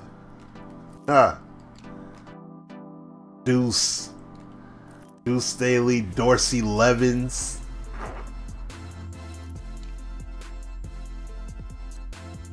Todd Pinkston, James Thrash. This is before the T.O. deal. You know, before the move for T.O. Let me see here. Chris Carter. This was at the very tail end for Chris Carter. Who was that QB? Jay Fielder. Ricky Williams at the halfback at the time. So yeah, man. And then it also has the draft classes as well. So that's what's pretty, you know, that's what's pretty cool about this, is that they also have the draft classes to go along with it too. Jason Taylor. So Zach Thomas. Oh man. So yeah, man, this is pretty cool. But I'm gonna go through. I don't know who it is. I don't know exactly who I want to use. Isn't this where Kerry Collins at the QB? Jesse Palmer. Kerry Collins. Oh yeah. So that I can transition, I am going to, let's flip-flop it. I'm going to flip-flop this thing over to the 2K. Now,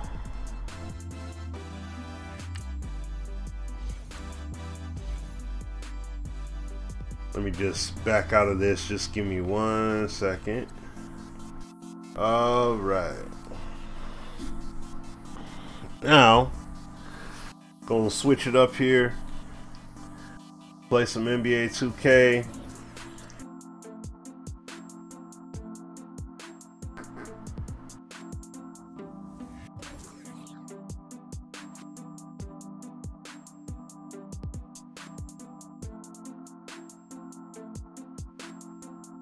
Fire up this My League gameplay here. So, alright.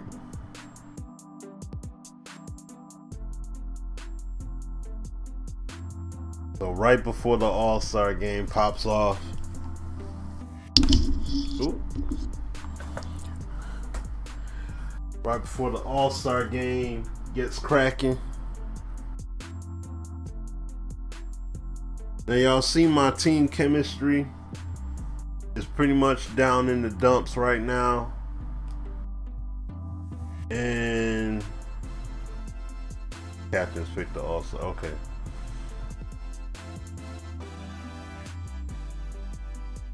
Basically, our whole team is changed up. Like, I made some trades, I made some moves, and we got some adjustments and everything like that to make. So our team is a bit rough. Our chemistry is down the drain, but we got a good, you know, we got a pretty good record right now. So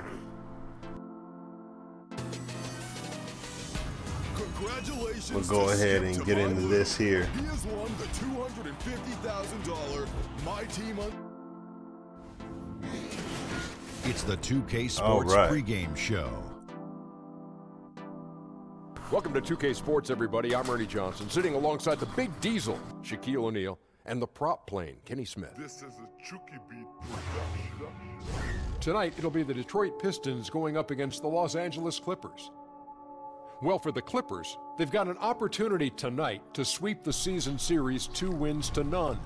The coaching staff commented that they feel confident coming into this one. Let's meet the starting lineup for the Pistons Los Angeles Clippers.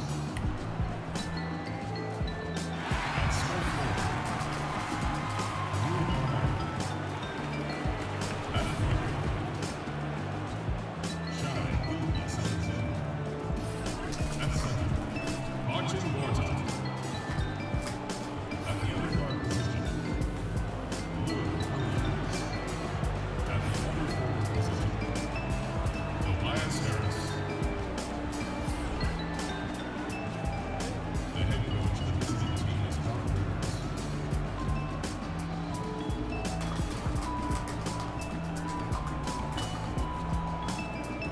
And now, the starters for the game. Starting at shooting guard, 6 feet 7 inches, number 25, Reggie. At the small forward position, at 6 foot 9 inches, number 24, Kyle Anderson. At the other guard position, 6 feet 1 inches, number 14, Kemba Walker. The other forward position, 6 feet 10 inches, number 23, Blake Griffin.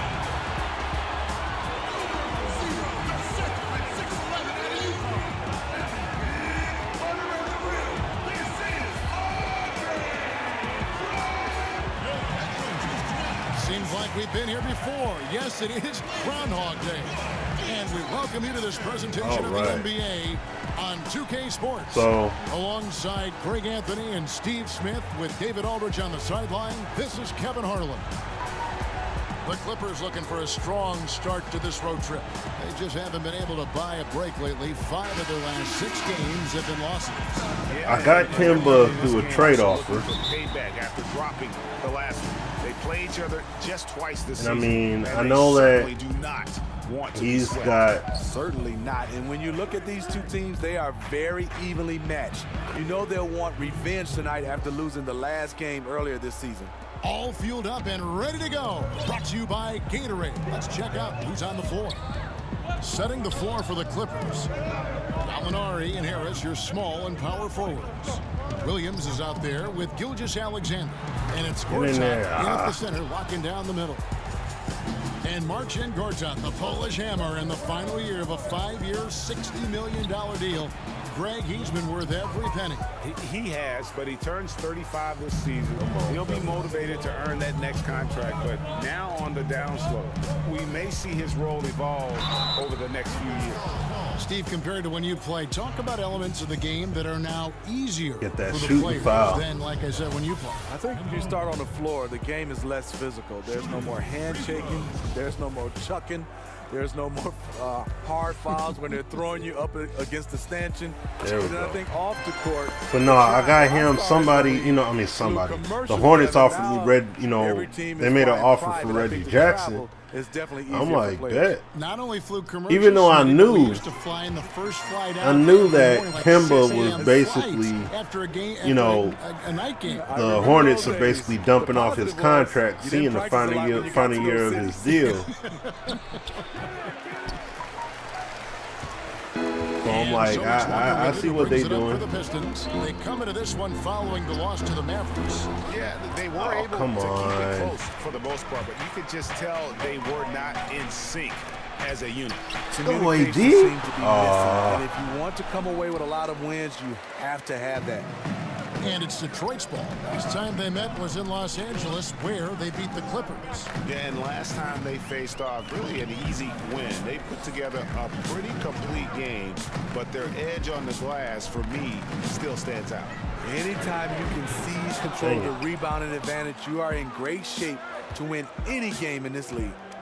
Now here's Williams. Here's Harris. 2 free throws coming up, and they call the shooting foul. Come on, AD. Hey, what's going on, Mini Jordan? How you been? I know y'all. I've been away for a while. Doesn't happen like you that know, very often. Been away for a while. You know, had the little one. He's actually sitting on my arm right now. I'm gonna take him out the room in a minute. Hopefully, I can lay him down and he'll go back to sleep. He'll stay asleep. He hits the second from the line.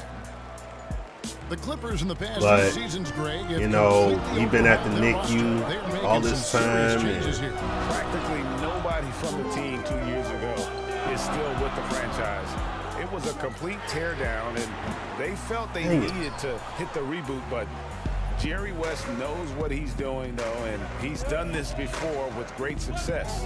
And here are the Clippers now, following the three-point attempt by Blake Griffin. And it's off the back rim, no good. Boy, he loves that mid-range jumper. Just fails to create enough room to operate. We'll go to David Aldridge, who spoke with head coach Doc Rivers. What's the news, David? Well, Kevin, they have a specific approach to tonight's game. He told me they have to get the ball into the paint as much as possible and take advantage of what they believe is a big inch for them inside. We'll see if they're right about that tonight. Yeah, there we go. Thank you, David. No stranger Shooting to getting foul. fouled. Drummond often one of the league leaders in free throw attempts per game. Detroit shooting their 3rd and 4th free throw attempts of the game.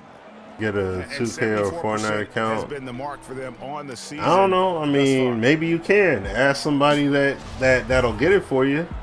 Sure. You never know if you don't ask. Just can't ask me. I ain't got nothing for you. In 2000 with the Orlando Magic.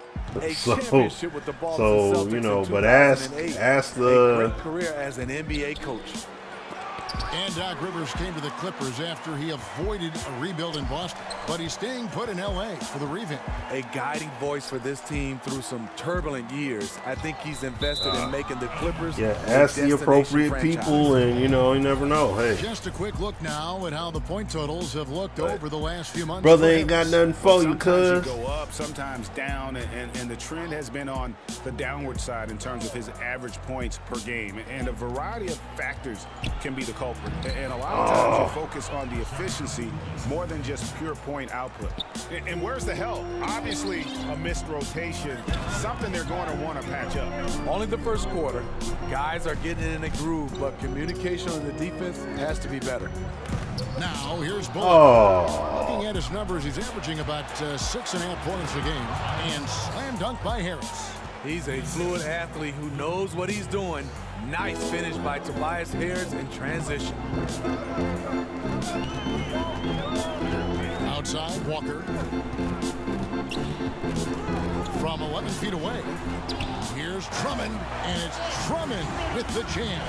And the defense out of position on that possession, which allowed for him to get that offensive board. Well said. Yes, he did. You're right, Ray. That's a tremendous jam on the putback. You know what? When you don't box him out, he will burn you for it. He threw that putback down with authority. And that one's good by Gortat. That's outstanding decision-making there to change his shot and find an open teammate for an easy basket. Walker the pass to Bull. Let's go off the glass. Very comfortable running their offense through Walker, and you can see why. Drops a sick dime right there. That pass was right on the money. Outside Williams. Shoots over Bullock. Williams' shot is off. And already they've staked out a noticeable advantage in terms of aggression and controlling the backcourt. And they don't want to get in a habit. Pass money from dude. First quarter still, but not who you want to leave open. Here's Williams following the three by Detroit. I'm about to say, like, Drummond grabs the miss. Drummond's got his 5th rebound in this one. And this quarter, he has clearly been off the mark. Back to Walker. Passes it to Griffin. From deep. That shot missing. The Clippers go the other way with it. Their last game a win against the Lakers, looking to carry it into this one. I just thought the defense was porous. Got any shot there for most of the evening. I'll give them credit, even though they were facing very made a trade with the Clips. Got my man Harold over here. To the level of their competition. Detroit making a switch here. Harold's checked in. And stolen by Harris. Pass to Gilgeous-Alexander. He kicks to Gortat to the inside. Williams. Rebound, Detroit. Just hasn't had it tonight, but his teammates are picking up the slack. Outside, Walker. The dish to Drummond.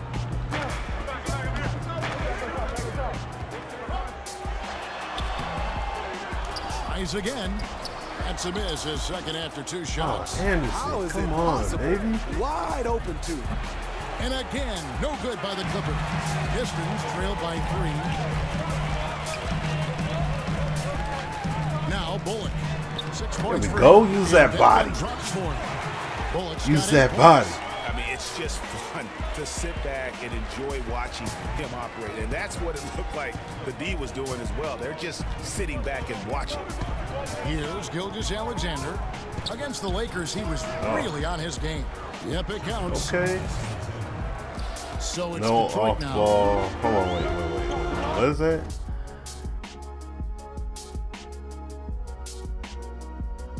No off ball fouls, no ball stopped by the referees in the real game. I mean, outside, Walker.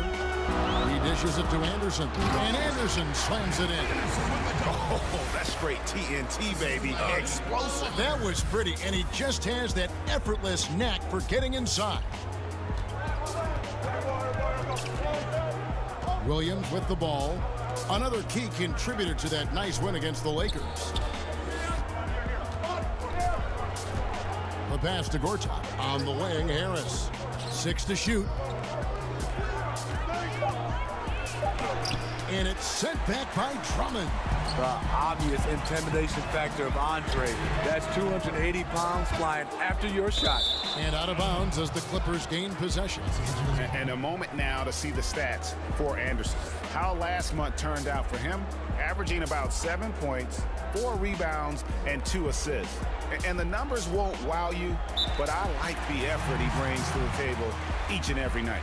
You need guys who understand their roles. Carry them out without complaint.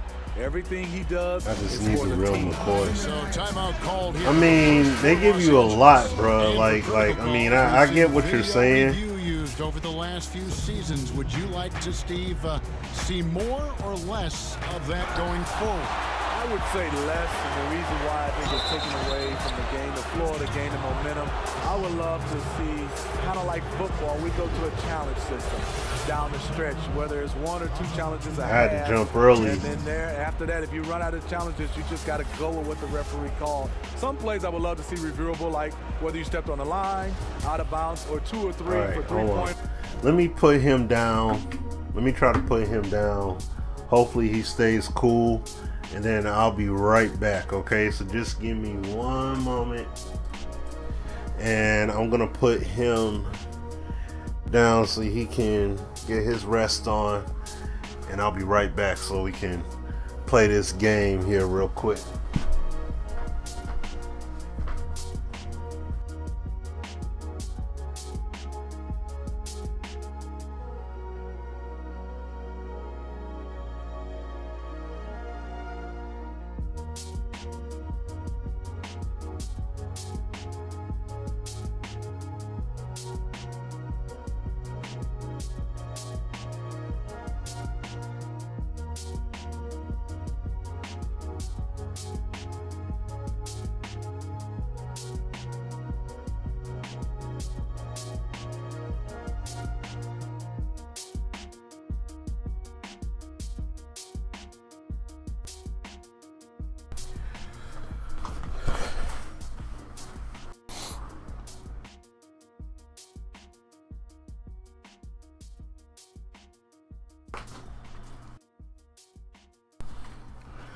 All right.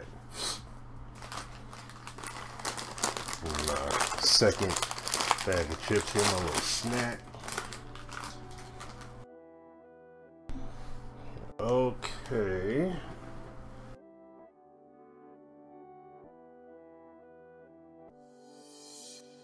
This is a Chucky Beat production. Damn, no, I need my charge cord, so I definitely need to charge this thing. That's run down on me. All right.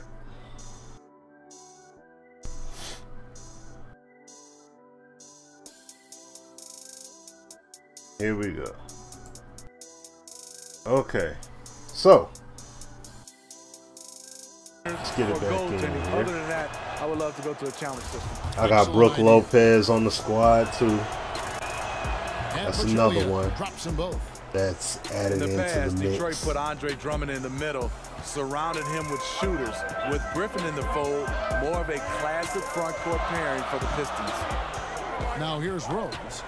They look to him for part of their offensive attack. Right now, he averages nearly 12 points a game. They're getting on a roll inside. Their last 3 field goals have come from the paint. The Pistons have shot 75% at the line tonight, going 3 for 4.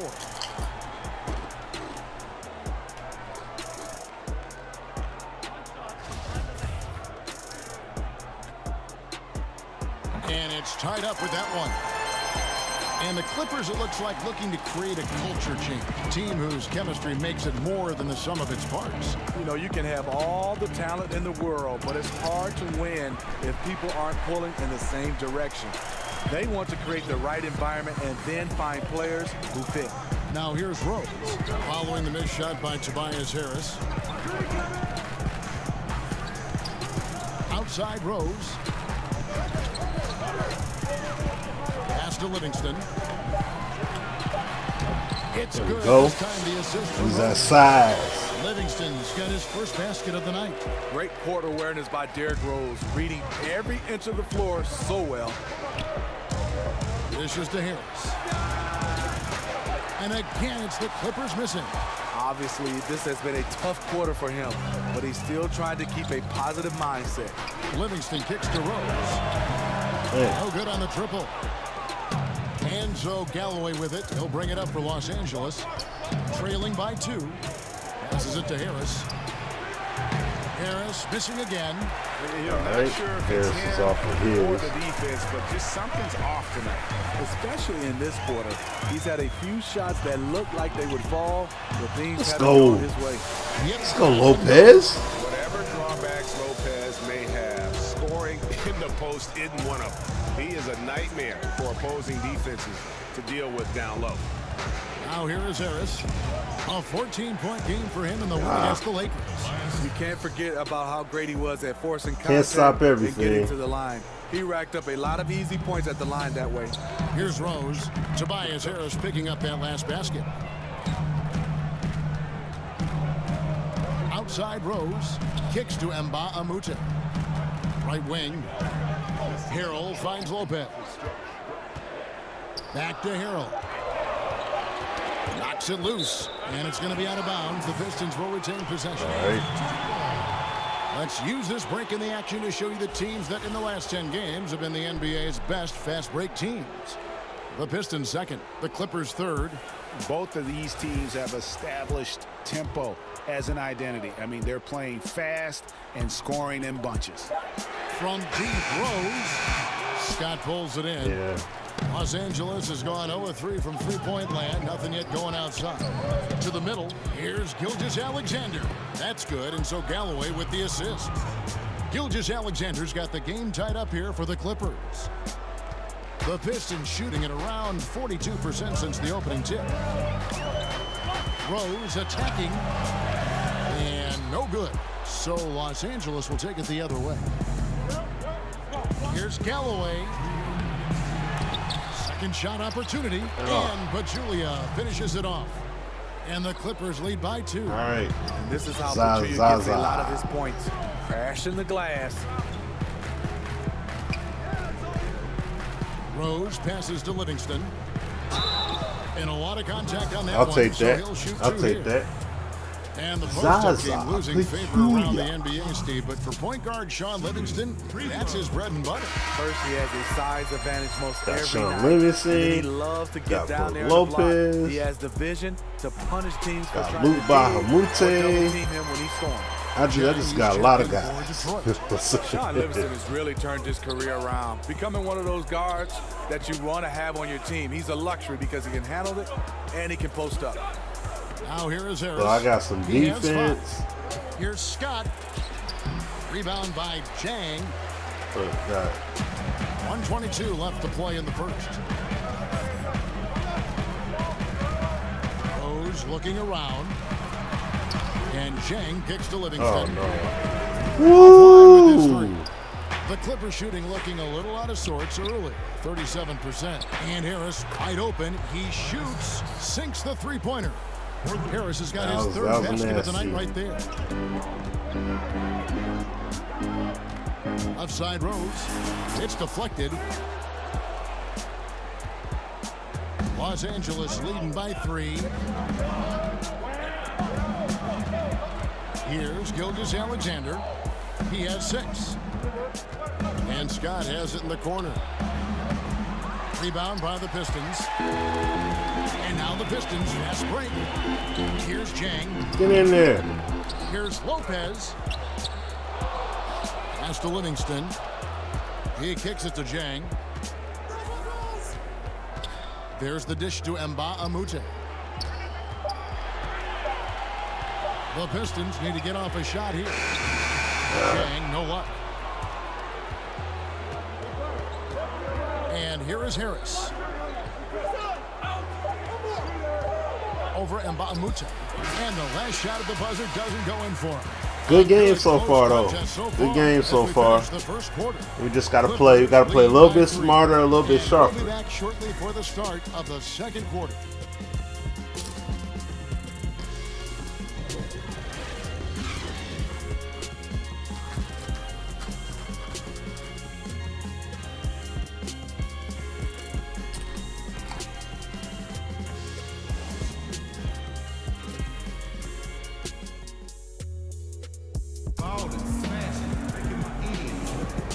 It's been a pretty even game here after one quarter of play.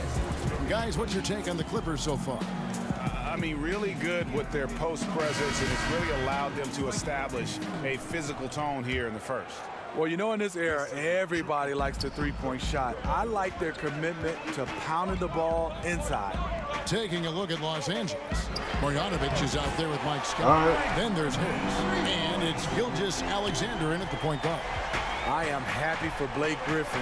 He has increased his range year in and year out.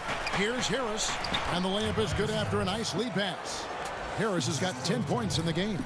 They are just killing them on the interior. Outside Rose. It's hauled in by Los Angeles. And you can see the defenders afraid to kind of get in his way a lot of times when he's on his way to the basket. But on that one, they were there. How about the passing? They are moving the ball without any thought, without any individual agility. Here's Rose. Tobias Harris picking up that last basket. Oh, a jump shot off the mark. Shot from free throw range. No good off the front iron.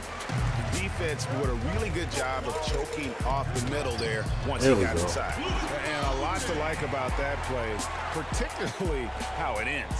Yeah, at the rack. That's what you want in transition, a high percentage look. Cross contact on the shot, and now a three-point play chance as he'll head to the line. An all-around handful to deal with. Tobias with the strong move for the potential +1. Steve, you were kind of a positionless player when you played 6'8", highly skilled. Talk about some of the guys who really fit that bill in today's game. I think guys like LeBron James, Kawhi Leonard, Jason Tatum does a fantastic job. Ben Simmons, Jaylen Brown, he's done a nice job. All right, Ryan. Those are the guys that are 6'8", 6'7", can do a lot of different things at that position. One of the best also at that position, Andre Iguodala. To be able to switch out of offense and also play different positions on the offense. Let's go. Excellent list. All right, Ron, man. Great, you know, Good to see you. Here's Gilgeous-Alexander. 6 points for him. And slam dunk by Harris. Because of his I need versatility, y'all on the Tobias screen. Harris can score in a number of ways. I gotta make these adjustments. Here's Rose. Feeds it to Jang. It's good. This time the assist from Rose. Rose has got 3 assists in the game. Clippers leading by 3. I want them to stay home on the screens. I don't want them to switch. The pass Don't to switch. Scott. And the foul called on Blake Griffin. That's his 3rd foul of the game. And that's his 3rd foul. The chance you take leaving him in with 2. Let's see if they'll sit him now until the half. Looking at who's out there now for the Pistons. Kyle Anderson, who's checked in for Mbah-a-Moute. Reggie Bullock comes in for Sean Livingston. And it's Kemba Walker in for Derrick Rose. The Clippers also changing it up. Gallinari, he's checked in for Tobias Harris. Lou Williams is subbed in for Gilgeous-Alexander. Now Gallinari, following the 3-point attempt by Blake Griffin. Oh no, Langston. Better not try and ball out now. You wasn't balling like that here. Finds Marjanovic. Oh, that's a... And that was And they've repeatedly probed inside. That's a key. That's the definition of the word mismatch right there, boy. right side to Walker. He feeds it to Jang. There we go. I'll take that. Coming up, unable to get that one to go. How about watching the AAF? And checking out the stats for Kemba Walker. Yeah. Over the last I heard about it. Averaging about I mean, I've watched it. Excuse me, I've watched it. I didn't watch this weekend. I didn't get to, but I have watched. I like it, to be quite honest. Like, I like it. Reason why? Because that's his mindset. He wants to But carry the the thing load, is, and it's not clearly promoted nearly it's enough. I successful. wish that the NFL would get behind it. For Los Angeles. High arcing shot, and it's good. 2 points. I would love to see the NFL really get behind it and back that, you know, back that association. To the rack, but sees he has the easy floater over the top. Here's Walker, and he's fouled pretty hard on that shot, but he's got the chance to pick up the points at the line. Yeah, I heard a little bit about that. I didn't hear in the full details though. There is still room for improvement. 12 countries I think so, involved. especially since Drummond is so young. He's the key, though. Also, Blake Griffin makes them a better rebounding team. The first one falls. They've hit every one of their free throws here in the second quarter. Very important when you're trailing. And so Walker nails both of them. That's key. And this is what we've come to expect I mean, from him. that's why I saw somebody joking online saying, yeah, Melo could play in it. Now here's Williams. He's got 6. They're like, Melo could play in it since he's not able to get on the team. Like, he could definitely go over there and play. Pass to Gortat. And Kyle Anderson gets the whistle that time. That is his first foul of the game.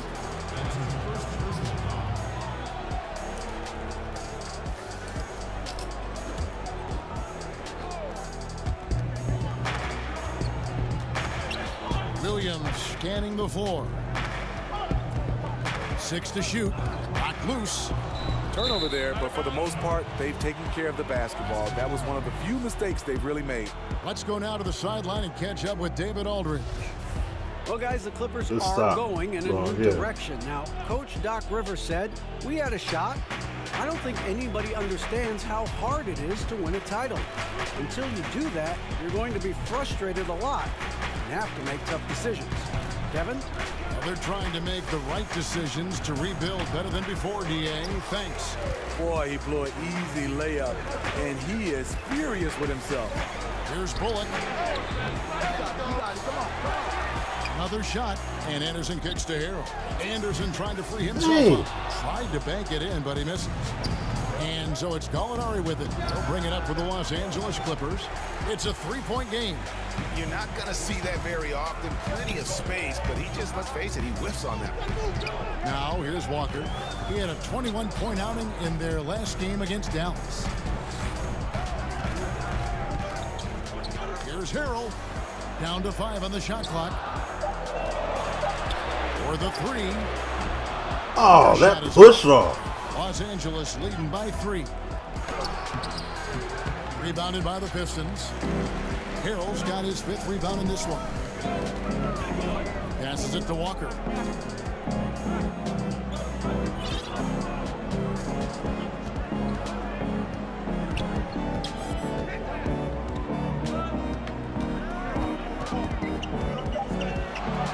Back to Anderson for three. It's hauled in by Los Angeles. Gortat's got 6 rebounds here tonight. Very, very frustrating. Clippers have gone 6 of 10 from the floor here in the second quarter. With some arc, here's Marjanovic to end the drought. Rebound by Jang. Jang's got his 4th rebound in this one. The 15-footer. Walker's shot is off. That was late. The Clippers in the lead. Galloway taking his time here. And being over the limit really can affect your aggressiveness defensively. They have got to play under control. Los Angeles shooting their 7th and 8th free throw attempts for the game right here. Pretty good numbers on the season when you look at their free throw attempts, right around 78%. And Smitty, if you had to boil it down to a single play in your career, what was your biggest moment? Kevin, I'm glad you asked that question. I can also get it out there to everybody in the basketball universe. Game 7, Western Conference Finals. Shaq fouled me, and they did not call the foul. Shaq fouled me, Kevin. That play still haunts me. I'm still mad. Really? After all these years? Yes. And he still lets me know that he didn't foul me, but we got to run the tape. He fouled me. Williams, that's good. Using his athleticism in the paint, Lou beats everyone to the punch. Guys, they're looking for a way to score here. Yeah, they've had a tough time taking the lid off. Here's Anderson. The rebound by Marjanovic. Marjanovic has got rebound number 5 here tonight. Wasted no time on that shot, but it's off the mark. Pistons trail by 5. Here's Walker. Pass to Harrell. Oh, no. I didn't mean to throw it down. I thought it was Bullet. Clippers have gone 7 of 14 in the second quarter. Shooting oh, with a 2, man. 50%.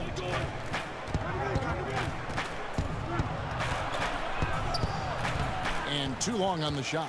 Detroit's gone 1 of 6 from three-point land in the second quarter. Less than 20%. But they've continued to let them fly. All right, that was my bad on that one. On the offensive end, it's kind of dragged down the team. Williams, that's a 2-pointer. A shot, no good. And it's Detroit the other way. Anderson dishes to Walker.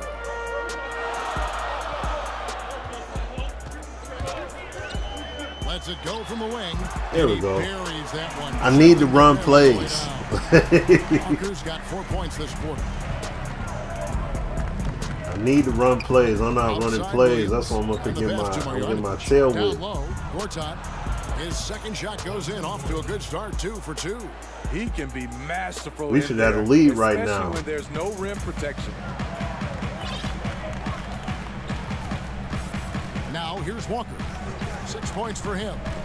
Fires the 3.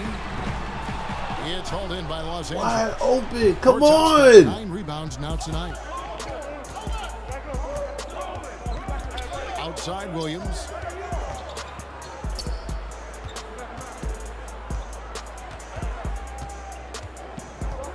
Clock at 6.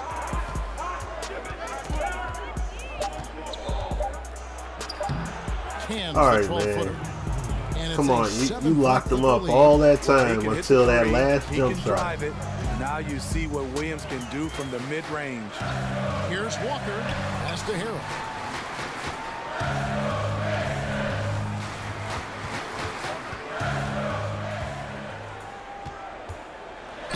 Get in there. And that one clearly a foul. Gets the whistle, and 2 shots coming up. That's on Marcin Gortat. Detroit Pistons hoping for continued development from their young players. Recent season, some pretty high draft picks.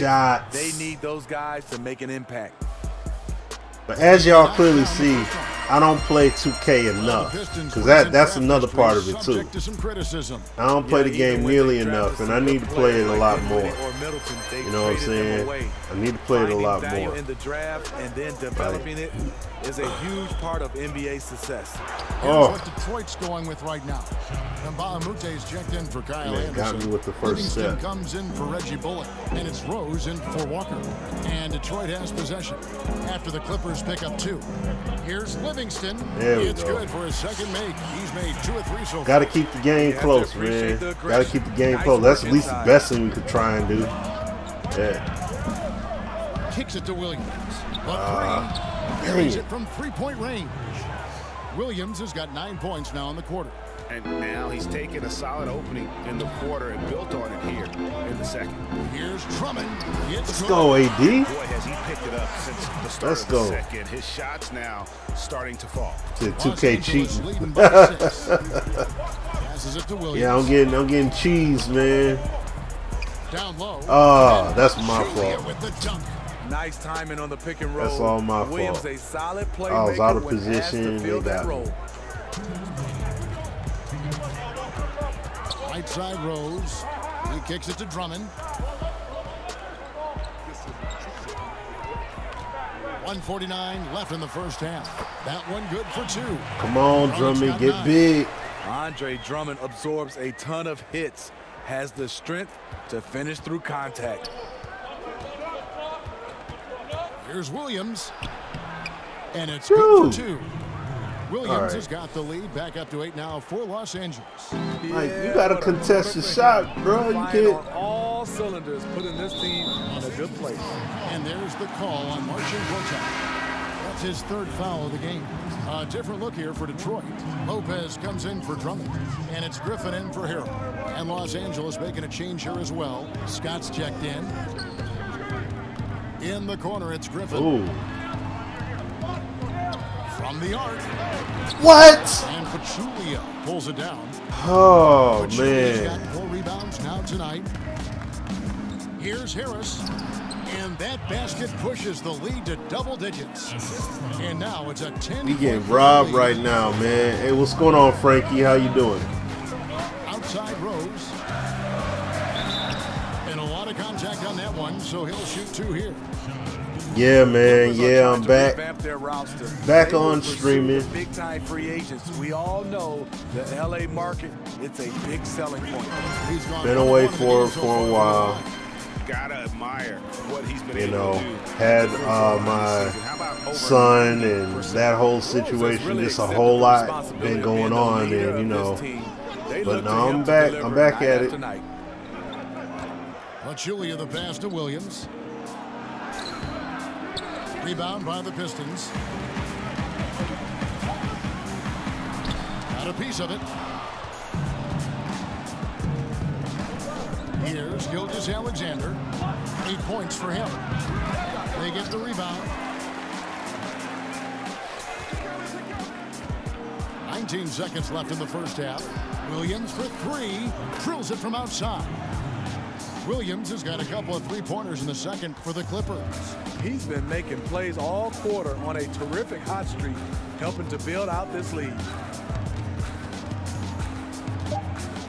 Outside Rose on the wing. We've reached the end of the first half of play. Man. Clippers ahead. They lead by 11. We getting drilled right now, man. Partially my fault, though, because I haven't been running plays like that. I should be running plays. But, like I said, I need to play this game a heck of a lot more, too. I don't play the game. I don't play the game as much as I really should be. 2 assists and 1 steal. He has bounced back nicely from what was a tough night for him in their last game. Judging by that first half, he's back to his old self again. And let us get your thoughts. And that's a wrap. With the 3rd quarter approaching, we now send you back to Kevin and the crew. All right.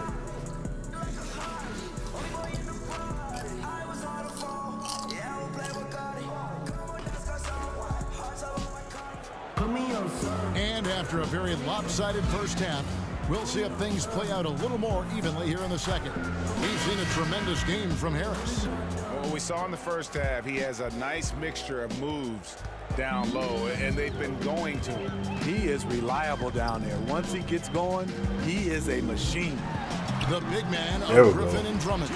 Kemba Walker is out there with Reggie Bullock, and it's Anderson in at the small forward position. That's the group for Detroit right now. Pass to Harris. He dishes it to Williams. Gord's out with the bounce pass from outside the arc. Williams missing again. And it's Drummond with the ball. He'll bring it up for Detroit. They trail by 9 points. Walker finds Anderson. Pistons passing it around. Here's Griffin. Get in there. And good that time. Griffin's got his second bucket of the night. Throwing his weight around. Blake Griffin converting through contact on that play. On the wing, Williams. Back to Harris. And he can't jam it through. Pistons shooting a meager 37% for the game. Here's Walker, and he could not get how all of a sudden he just recovered all that space. Come on now. That's on Marcin Gortat. Well, Steve, at the same time that the rest of the NBA seems to be going. See, no game is flaw-free. That's a clear case. 2K is definitely a clear case of that. Man. Do you like that direction? Yeah, Come I on, do. dog. Andre Drummond, he has tremendous mobility for his size. Like, see, and this is why I say I'm not a fan of two-man. I'm not a fan of two-man animations. And guys that can play without the basketball in their hands. A very disappointing start to this half. 3 attempts with nothing to show for it. Let's go. Let's keep it running. Just how they drew it up coming out of the half. 3 straight from the field. Here's Gilgeous-Alexander. He's got 8. No letting off the gas. Just over a minute and a half. No letting off the gas. Harris outside. Over Drummond. A nice shot by Harris. Harris has got 21 in the game. That was their 4th attempt at this half. They finally got one to go down. And Walker kicks to Griffin. Over Harris. Let's go. And the Clipper lead is cut down. Oh, that wasn't a 3? They couldn't have asked for a better start to this half offensively. 4 straight and counting. Here's Gortat. The bucket Get the heck out of here, man. Andre Drummond. Come on. Yeah, heard the whistle and then kept his focus and able to still knock it down. For Los Angeles, they have been good at the free throw line. This one, 7 of 8. Marcin Gortat, no good on the free throw. And at the offensive end, Gortat probably doesn't get his due. He's got a lot of moves, and he can finish with either hand. And his work on the offensive glass is more than capable. Harris passes to Gallinari. Griffin with the steal. Down low, Walker. Get in the bit. Oh my gosh. Gortat with the defensive effort. Los Angeles leading by 5. Here's Gilgeous-Alexander. All right, man. Y'all going for it with that. Come on, man. Up here playing me, man. Y'all seeing this? 4 of 6 from the field since the start of the 3rd. Here's Walker. Lays it up, and despite of the excellent defense, made me miss all these dang on shots. If you're going in amongst the trees, especially these layups. Especially at that Come on, man. You're looking to score the ball or at least draw the foul. Los Angeles calls timeout. The Clippers testing out new digital offerings, things like visual enhancements to provide live information, different viewing angles, Smitty, to their fans. You're right, Kevin. Something the league is looking at as well, providing different options.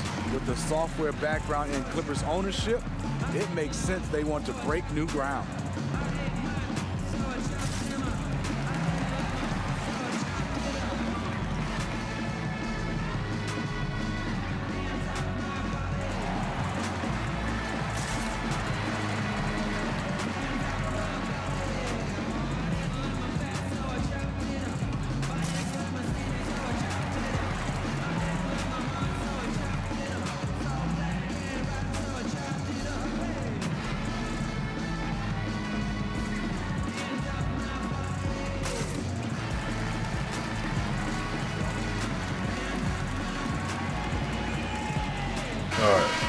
Make a few adjustments. Maybe that'll help. The Pistons number 1. They are tenacious when it comes to attacking the backboard. Physical, smart, and determined. No surprise to see them at the top of the ranking. Gallinari against Anderson. And it's Gallinari missing. He got a good look from the mid-range area. He needs to shoot this one with more confidence. And Walker kicks to Bullock. Top of the key, Griffin. Left side, Walker. It's hauled in by Los Angeles. They've led by as many as 11 points, and their road trip is only getting started as that's the second of 6 for them. Pass to Gilgeous-Alexander. Good, and Harris gets the assist. Gilgeous-Alexander's got 4 points now in the quarter. He has created some terrific opportunities for himself and really made the most of it. And Walker kicks to Anderson. No, he didn't. Oh, he moved right then, right as I hit the button. Gallinari against Anderson. Gallinari finds Gortat. Here's Gilgeous-Alexander.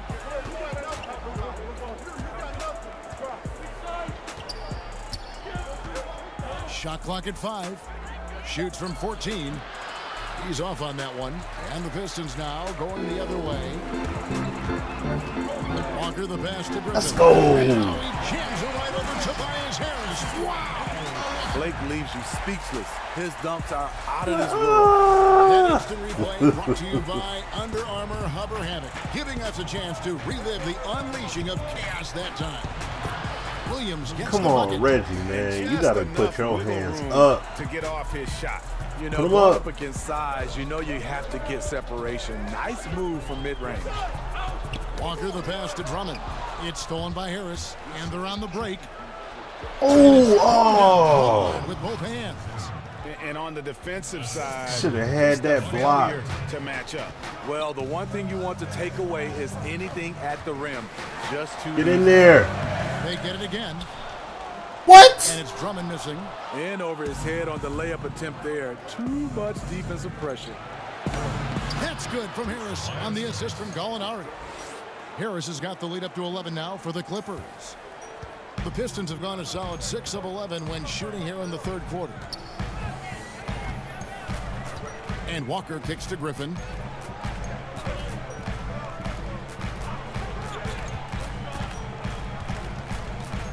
Lock at 6. And it's good from the elbow. Griffin's got 8 points in the quarter. And you like to see since the half now, he's finally starting to come around. Let's go now to the sideline and catch up with Absolutely David Aldridge. ridiculous. Well, the Clippers have hit the reset button, and you wonder how that affects their head coach, Doc Rivers. Now, he seemed reluctant to lead a rebuild with the Celtics, but he's on board doing it with the Clippers. Even though the Clippers relieved him of his title of president of basketball operations in 2017, Rivers has just signed a new extension that will keep him coaching the team for the next few years. Kevin? Well, if nothing else, DA, he has guided them through some pretty dark hours. Thank you. Looking at who's out there now for the Pistons. Jang, he's checked in for Drummond. Mute comes in for Anderson, and it's Rose in for Kemba Walker.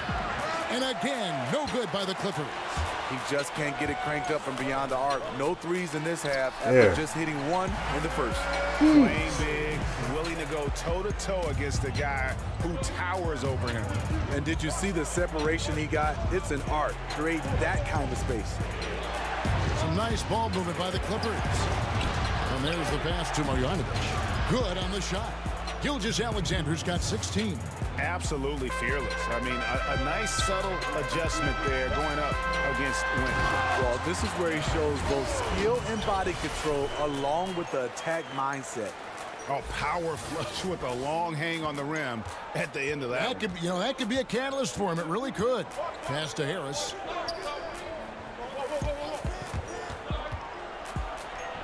Detroit with the rebound. Chang's got his 5th rebound in this one. Rose in the post. 11 points in the game. Not going to go that time. Still no rhythm. This may be a time when you want to make the extra pass. Give someone else a chance. That's a look you cannot pass up. It's also one you shouldn't miss. Get And it's Bullock. Come on, guys. And it's Galloway Dang. with the ball. He'll bring it up for the Los Angeles Clippers. They've led by as many as 11 points. Marjanovic, no good. And forcing the miss there, he just knows how to pressure you defensively. And also protecting the rim at all costs. I love the anticipation to affect the shot.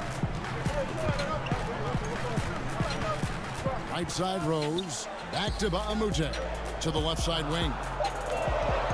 Here's Bullock, and Reggie Bullock gets the whistle. What? That is his first. Oh, man. Yeah, way to get there All right, first dog. and be willing to absorb the contact. Scotty's checked in for Harris. Los Angeles leading by 7. Here's Gilgeous-Alexander. He's got 16. Outside. Oh, man, that's my bad. Long range. Yeah, you Left see him the wide killer open. instinct. That was, He's going for the my death bad. blow. True story. They got a monster league that's taking a life of his own. Here's Rose. And oh boy, a lot of contact there, but he gets the call and will shoot 2. And we'll get a look here where the shots have been coming from for him. Well, that is what it looks like when you are in the zone. He's been very efficient with his scoring and is leading the way for his team on offense. With every make, you can see the confidence growing. And I don't think he'll slow down anytime soon. All right. Brook Lopez is checked in for the Pistons. Livingston comes in for Reggie Bullock. Here's Gilgeous-Alexander. They look to him for part of their offensive attack. Right now, he averages nearly 12 points a game. From downtown, Livingston no luck. Clippers leading by 8. Here's Galloway. Laid in with a nice touch off the glass. Langston Galloway maneuvering himself around the painted area. And now the first time so out call here upsetting. for Detroit. And look, you never want to see a team gut you this way. Really a good timeout. Some of this is just a matter of toughness, a willingness to play physical inside, something we're not seeing. Outside Rose. Yeah. That one goes in. Rose has got 8 here in the quarter. He's been locked in all quarter, really finding his rhythm. Kicks it to Pachulia.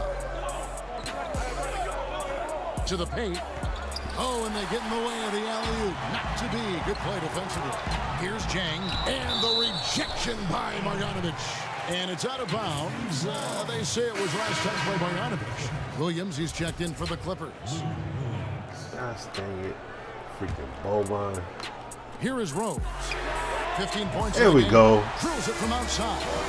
He has flat out dominated this quarter, hitting shots at will, yet they still find themselves behind. Inside, Marjanovic. Pachulia finds Marjanovic. And the rebound goes to Lopez. Pistons trail by 5. Here's Jang. Dude! Rebound by Marjanovic. LA has gone 1 of 4 and 3-point There was shots nothing there to make you miss that layup, man. Outside Williams. My goodness, And he this gets game the whistle for the sometimes, 3-second dog. call. A chance to check out Los Seriously. Angeles' upcoming Come schedule. on. On Sunday, Gosh. they'll be facing Kawhi Leonard and the Toronto Raptors. Then on Tuesday, they're off to Charlotte to face off with the Hornets. And when you look at that Pacers matchup, it's going to be a bit of a measuring stick for them. See just how they stack up. That most would feel has the edge. Williams attacking. Fouled on the shot and picks up 2 points. So 1 free throw coming up. That big body Lopez ain't do nothing to affect that man's shot. Luke can also break your ankles. You know, there are certain players. He shouldn't have been able to go up with him banging into him. Lou Williams is in that category. Here's Rose. Let's go, D Rose. Come on, man. Very aggressive Derrick Rose. Come so on, efficient baby. on how he attacks the hoop. Clippers leading by 6. Passes to Pachulia. Right side, Williams. And Lou Williams, not the biggest, not the most athletic, but Greggy finds ways to score. Yeah, you know, whether he's creating space or creating contact, very few play that cat and mouse game better than Lou Williams. Well, you talk about a professional scorer, that's Lou Williams. The former six-man of the year is instant offense. Good on the second free throw. You know, Lou Williams is just getting more and more efficient year after year. Yeah, he's starting to make threes at a high clip, a crafty finisher in the lane, and tremendous at working himself to the line. And you can tell he's hungry because that's how you eat away at a lead right there. Make some highlight reel plays and shake that defense up. Well, Greg, you're right. Not all 2 points are the same. Not when they come on a stuff like that one. Sometimes you want to send a message, and a message was sent. What a dunk. Gilgeous-Alexander can't get it to go. Something that's kept this game close is the fact that the rebound stats for both teams are almost identical. You're still in it. Come on. You're still in it, baby. Come on, baby. Inside and getting good shots from close range. Play some good defense. All right, we don't need the hacking. That's his third foul. Play some good defense and we all right. So we'll head to the free throw line for 2. That's good from Williams. Another thing coaches love about Williams, he's a high percentage free throw shooter who gets to the line often. So for the Pistons, Montrezl Harrell, he's checked in for Gorgui Dieng. And it's Kyle Anderson in for Mbah-a-Moute. And the Clippers with a change here too. Gallinari, he's checked in for Marjanovic. Rose. And that's an air ball. Oh. Not even close. Oh, there's no. the 3. They get it again. Gilgeous-Alexander, good. Gilgeous-Alexander's got 10 points here in the second half. The tenacity on the interior, just battling, bringing that effort and will. The second chance. Rose can't hit. And that can't happen. Missing the wide open chip shot. Here's Gilgeous-Alexander. He's covered by Rose. Nobody near Williams. That 3 off the mark. Here's Livingston. No good. And so it's Los Angeles heading to the bench with a 7-point lead as we wrap up the quarter. And they've done a phenomenal job down low. So many of their points coming right at the rim. Man. We'll return shortly.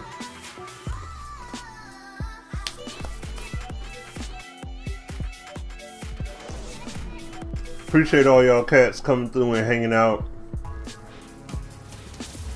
Don't miss the action. Your favorite NBA superstars are here to compete in a showcase of the league's top talent. It's the NBA All-Star Game.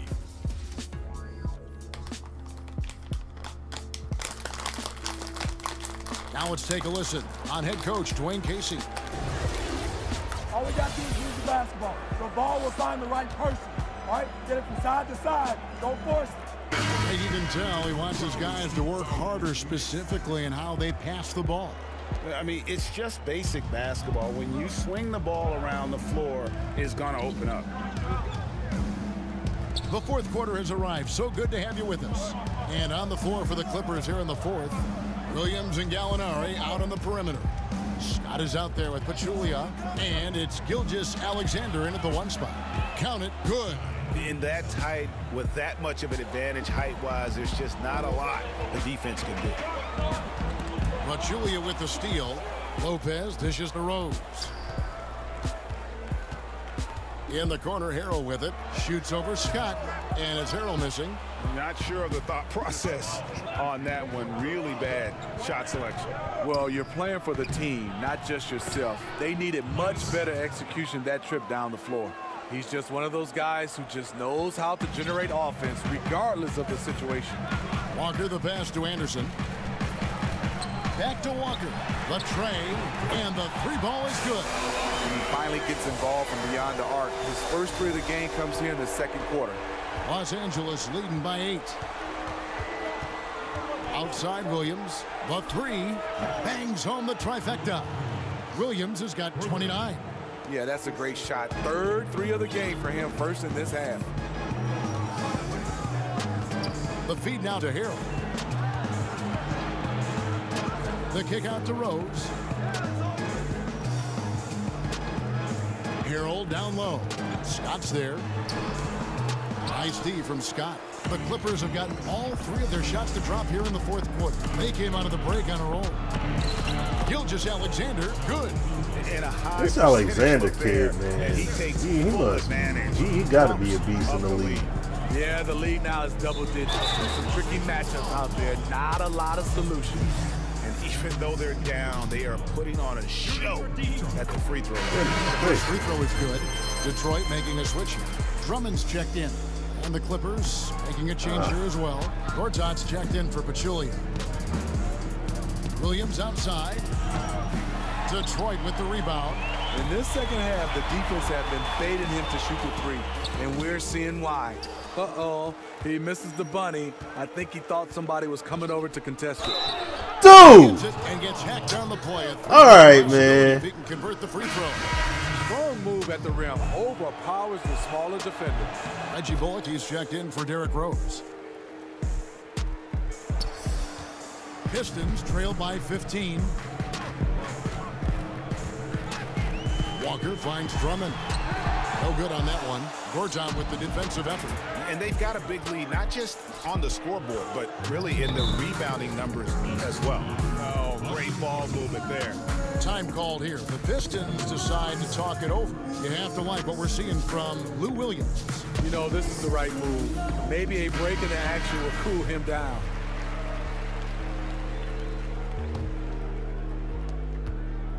For Detroit, they've gone 1 of 5 from the field here in the 4th. A lot of misses, just the 1 make.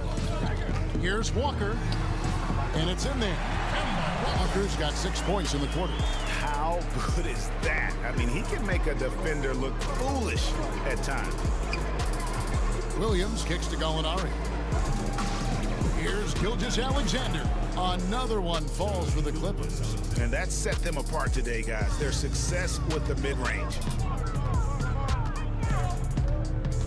Walker the pass to Bullock. From outside, off the mark. But still, eventually you got to feel like he'll start knocking those down again. Scott and Oh, Gallinari, very unselfish. All right, man. These cats is trying so hard, boy.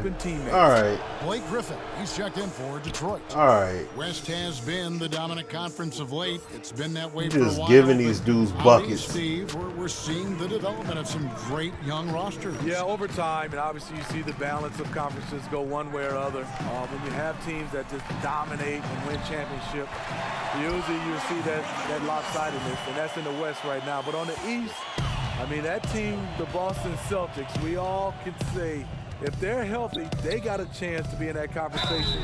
You love the youth of the Philadelphia 76ers, and in Milwaukee, they need to add another player to go with Giannis. They're just steadily acting like AD, like he just not present. And just a better job of getting to the line here in the second half. Didn't get there once in the first. Tobias Harris is checked in for Scott. Now here's Walker, guarded closely. I mean, even from over here, you can see that one pretty clearly. NBA wants to keep things competitive, and one way to do that was to make some changes, Steve, to the draft lottery odds. Do you think it'll be enough? You know, I think it's the right call for them. I think the bottom 3 teams all have the same odds for the top 3 spots now. And it'll be much more even to distribute the odds for the back half of the lottery. Tries from 10, and Williams with the basket on the assist from Gortat. And that's now 33 points for Lou Williams.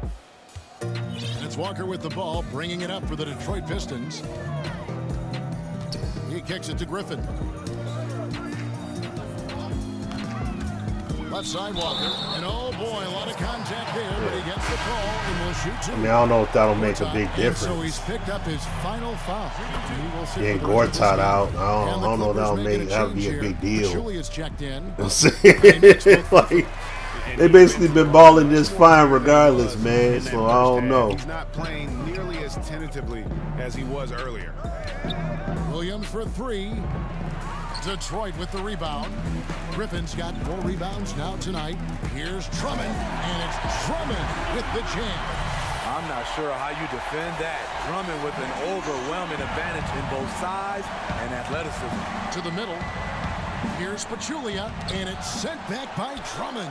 And he recovers it. Griffin against Harris. Feeds to Pachulia. Shot clock at 5. Goes back up. Harris, good. Harris has got 25 points. How many times have we seen a possession like that from them today? Ending with a basket, coming off a pretty pass. Here's Gallinari. Throws down the breakaway jam. An underrated athlete, Danilo Gallinari is built to operate out in space. And it's Walker penetrating. Smitty, every so often we'll hear about a team holding a players-only meeting. You've been there, I'm sure. You've gone through that. What exactly goes on in those discussions? You know, Kevin, when you hear players-only meeting, something's going wrong with the team. And obviously, we meet all the time, but when there's specific exaltation of players-only meeting, there's a lot of things that are going wrong with the team, with individuals, with the coaches or general managers. They are trying to find a way to hash it out, and those are never good. Stolen by Anderson. Now Detroit moving it up. Anderson with the ball, and there's the lay-in. Way to convert through contact, Kyle, with excellent body control. Clippers leading by 17. On the wing, Williams.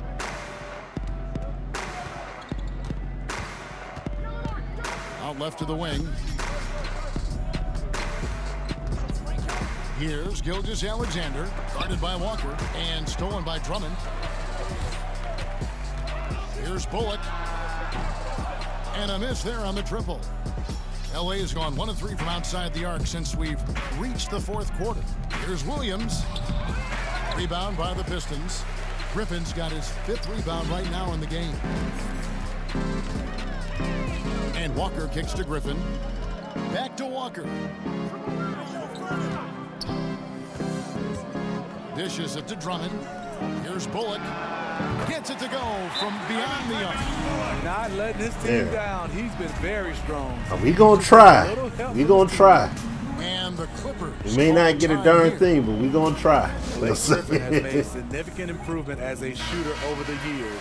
He's been working with his shooting coach. He's rewired his shooting form. And with his game closing in on the final buzzer, let's take a look at our Jordan player of the game.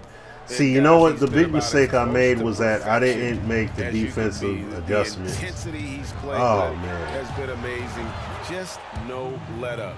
And as fired up as he's been, he's never let his emotions get out of control. On the road, in a tough atmosphere, he's taken on the role of star tonight. If one of their other players came up short, he picked up the slack to make sure they'll be walking out of here with a win. On the sideline, let's catch up with Hall of Famer David Aldridge. Hey, Kevin, during the last break, I heard Doc Rivers talking with his team. He said nobody thought we'd be in this position right now, and we are. He said he was proud of his guys, but he also said, now go finish this thing off and get this win. Kevin? Clippers leading by 19. Williams for 3. Good. And Harris gets the assist. Harris has got his 5th assist in this one. You can tell he is on a mission down the stretch. Attack offensively and build on this lead. Knocked loose. And out of bounds as Los Angeles gains possession. Los Angeles ball.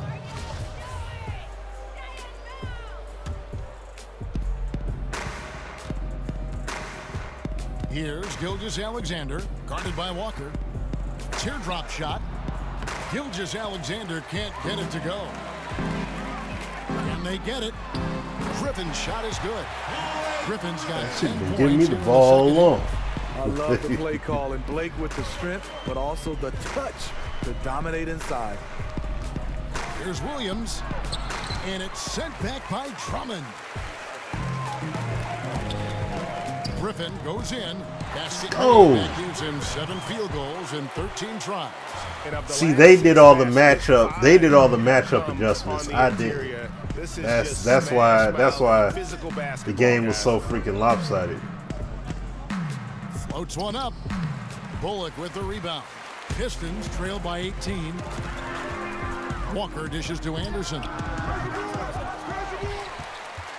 Here's Drummond. Back to Walker from downtown. Knocks down the 3-ball. Walker's got a pair of threes here in the fourth quarter for the Pistons. And so it's Williams who brings it up for the Clippers. 22 is their biggest lead. The highest percentage shot on the floor. Zaza likes to get his points at the rim.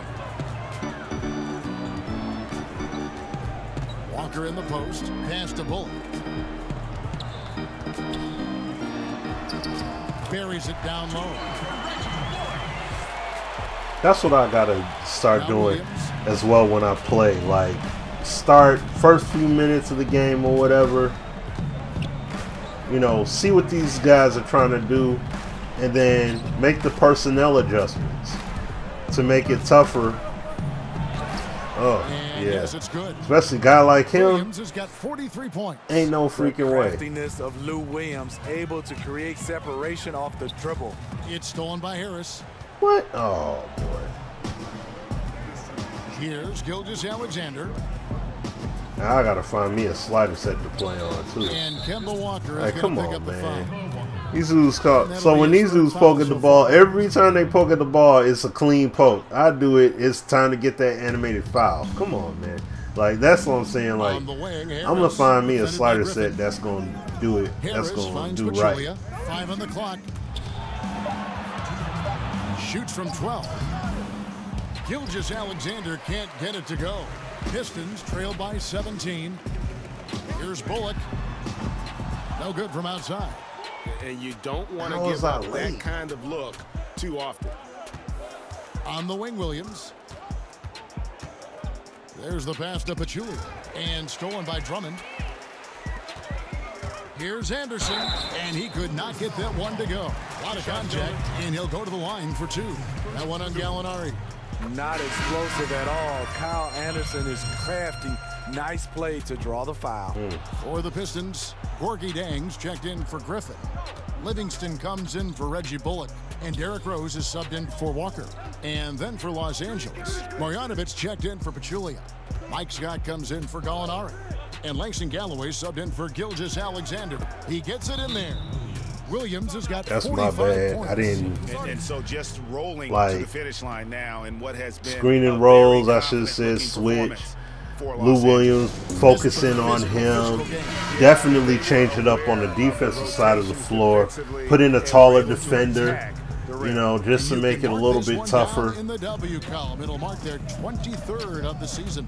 And you know, this is a win they wanted badly, guys. They didn't. You know, so like I said, I mean, you got to make adjustments. And I mean, the CPU, that's like I said, I love that about this game, is that the CPU will make adjustments. Covered by Rose. They just don't sit on their hands and just let the game play out, and that's it. Marjanovic kicks to Galloway. Inside, shot clock at 6. And just putting the finishing touches on this one. They have been on fire. I mean, a fantastic run. The guys are really clicking, and the scoreboard reflects that. Detroit with a fresh 24. Wow, another opportunity. Just everything going their way. Pretty much the story of this game. Yep, that one goes in there. The league leader in offensive rebounds on multiple occasions. Drummond doing it again. Pass to Galloway. Here's Marjanovic. He's covered by Rose. On the wing, Scott. I know they just milking the clock out. To Teodosic. You know what I'm saying? Up top, Marjanovic fires from deep. And again, Los Angeles with the triple. All right, man. As hostile an environment as you're going to see, they found ways to step up time and time again. You know, playing away from home, it's easy to get out of sync. Instead, they focused and dominated. Here is Mbamute. Bank shot, no good. So the Clippers, we got waxed. We got waxed. Now I'm playing it on All-Star. I've got it on All-Star default, I think. But you know, like I said, I haven't played this consistently. I'll say consistently. That's the key thing. I haven't played this consistently in a while, so I know that I'm gonna be a bit rusty playing the game and all that. You know what I mean? So. It's okay. You know, it's okay. It's all right. You know, shoot or shoot. That's what we're supposed to do. I've always been a confident Golly, this dude balled the heck out of control, though. Whip my dang on tail. All right, David, thank you. And that'll do it, folks. For Steve Smith, bring it. So, got to make defensive adjustments, and I got to figure out a slider set that's much better. But yeah, but I like it. I love 2K19, man. I love 2K19. It's got a lot of good stuff in it. You know, there's things that need to definitely work on to make this game better. No doubt about that. Hold on. Go to the All-Star Draft.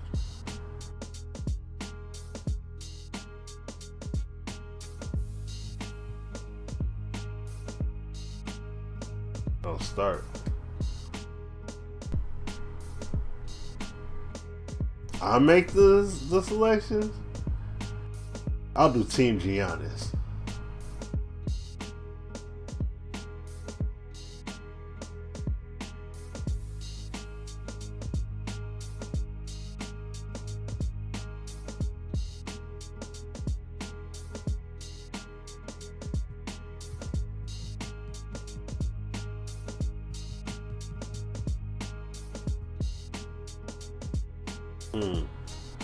I'm gonna pick Harden. You got Westbrook. Okay.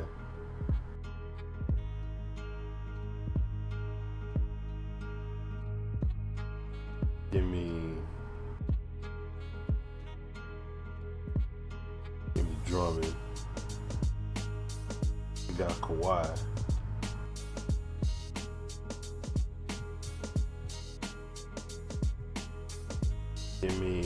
Give me Kyrie. Added John Wall, and then I got DeMarcus. Okay.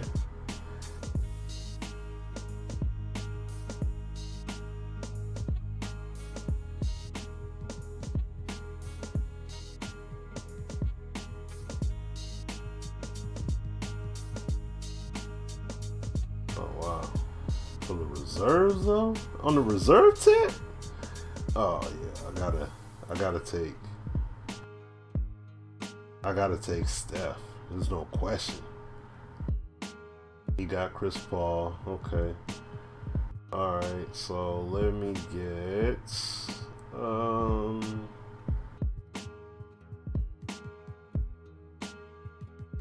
Kristaps.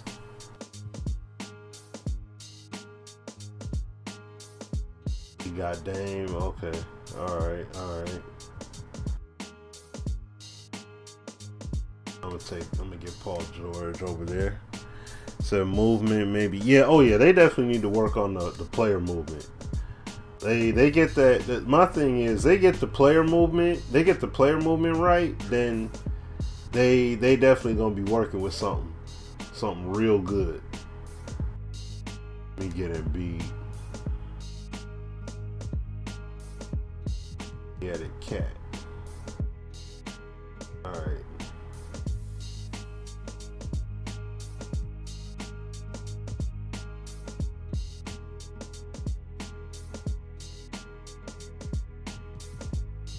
Hold on, who I got?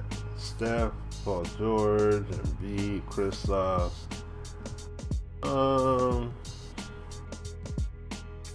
Did pick Oladipo. Yeah, I'm gonna go ahead. I'm gonna pick. Yeah, I'm gonna take Victor. He gonna get Simmons, right? Oh, he didn't pick Simmons? Oh wow. I'm gonna take Ben Simmons then. Mismatches. I'll make some mismatches happen. Alright, and then I gotta get my man Kemba.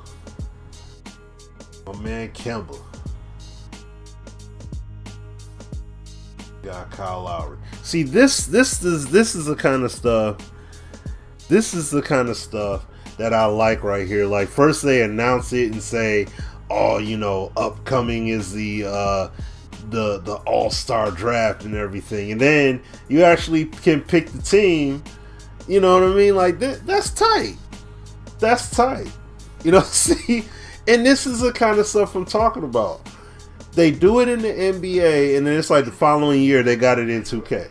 Like, that's crazy, man.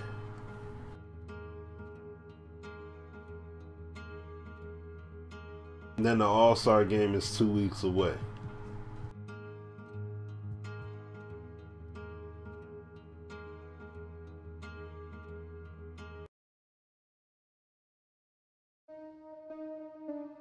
Oh, wait a minute. What kind of offer is this?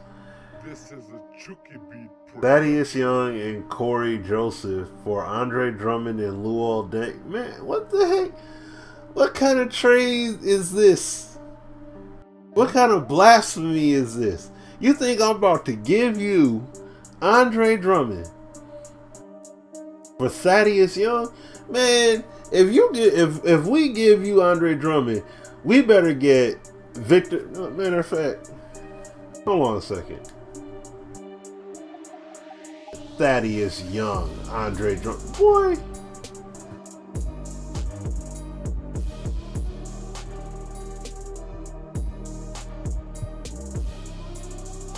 That's who we get. That's who we get if we were to do this trade. Gotta be freaking kidding me. You think oh yeah, sure. We'll give you Drummond. Get the heck out of here, man. I'm just going to give you him, but no, I'm not doing that deal though either way. Ain't no way in the world. I ain't giving no Drummond for that. That's, you crazy. Trying to trade him for nothing. No, I don't think so. They crazy for that, man. They wilding out. But I'm gonna end the stream here though, guys, cause I gotta get ready. I gotta get going. I got some stuff I gotta take care of, and I'm about to actually leave in a little bit here. So, but if I am able to stream later on tonight or whatever, I don't know, depending upon how I'm feeling. I may be too tired, but if I'm able to stream later on, I definitely will. But yeah, man, like I said, you know, I'm back. I don't have a set schedule, so I do need to kind of figure out when I'm going to stream.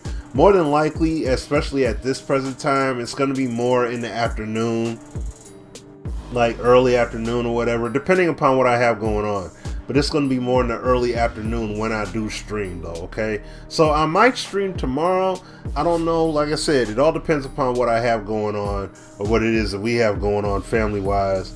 And then I possibly can fire it up again and stream for you guys. So, you know, I know that Anthem is the hotness and all that stuff, but real talk, I feel like I want to start getting into that Apex Legends, and I'm going to start streaming that. So, but yeah, and I'm going to stream to both Twitch and YouTube like I've been doing.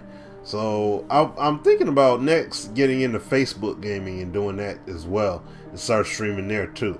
But I got to get all the links and stuff figured out, you know what I mean, and get that all built up, and I'll start running games over there as well. So, but I will say this, I'm disappointed in Anthem, but I am looking forward to the Division 2.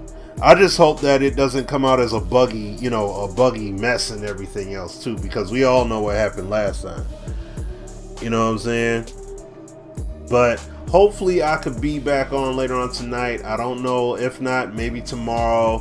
We'll see, you know, and we'll play it from there, okay? But alright, you guys, awesome rocking with y'all like always. If you're new to the channel, subscribe, you know, follow me on Twitter.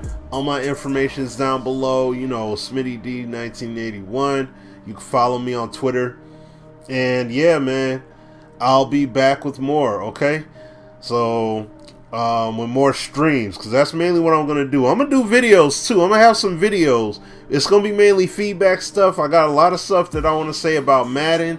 I got some stuff that I want to say about NBA Live as well.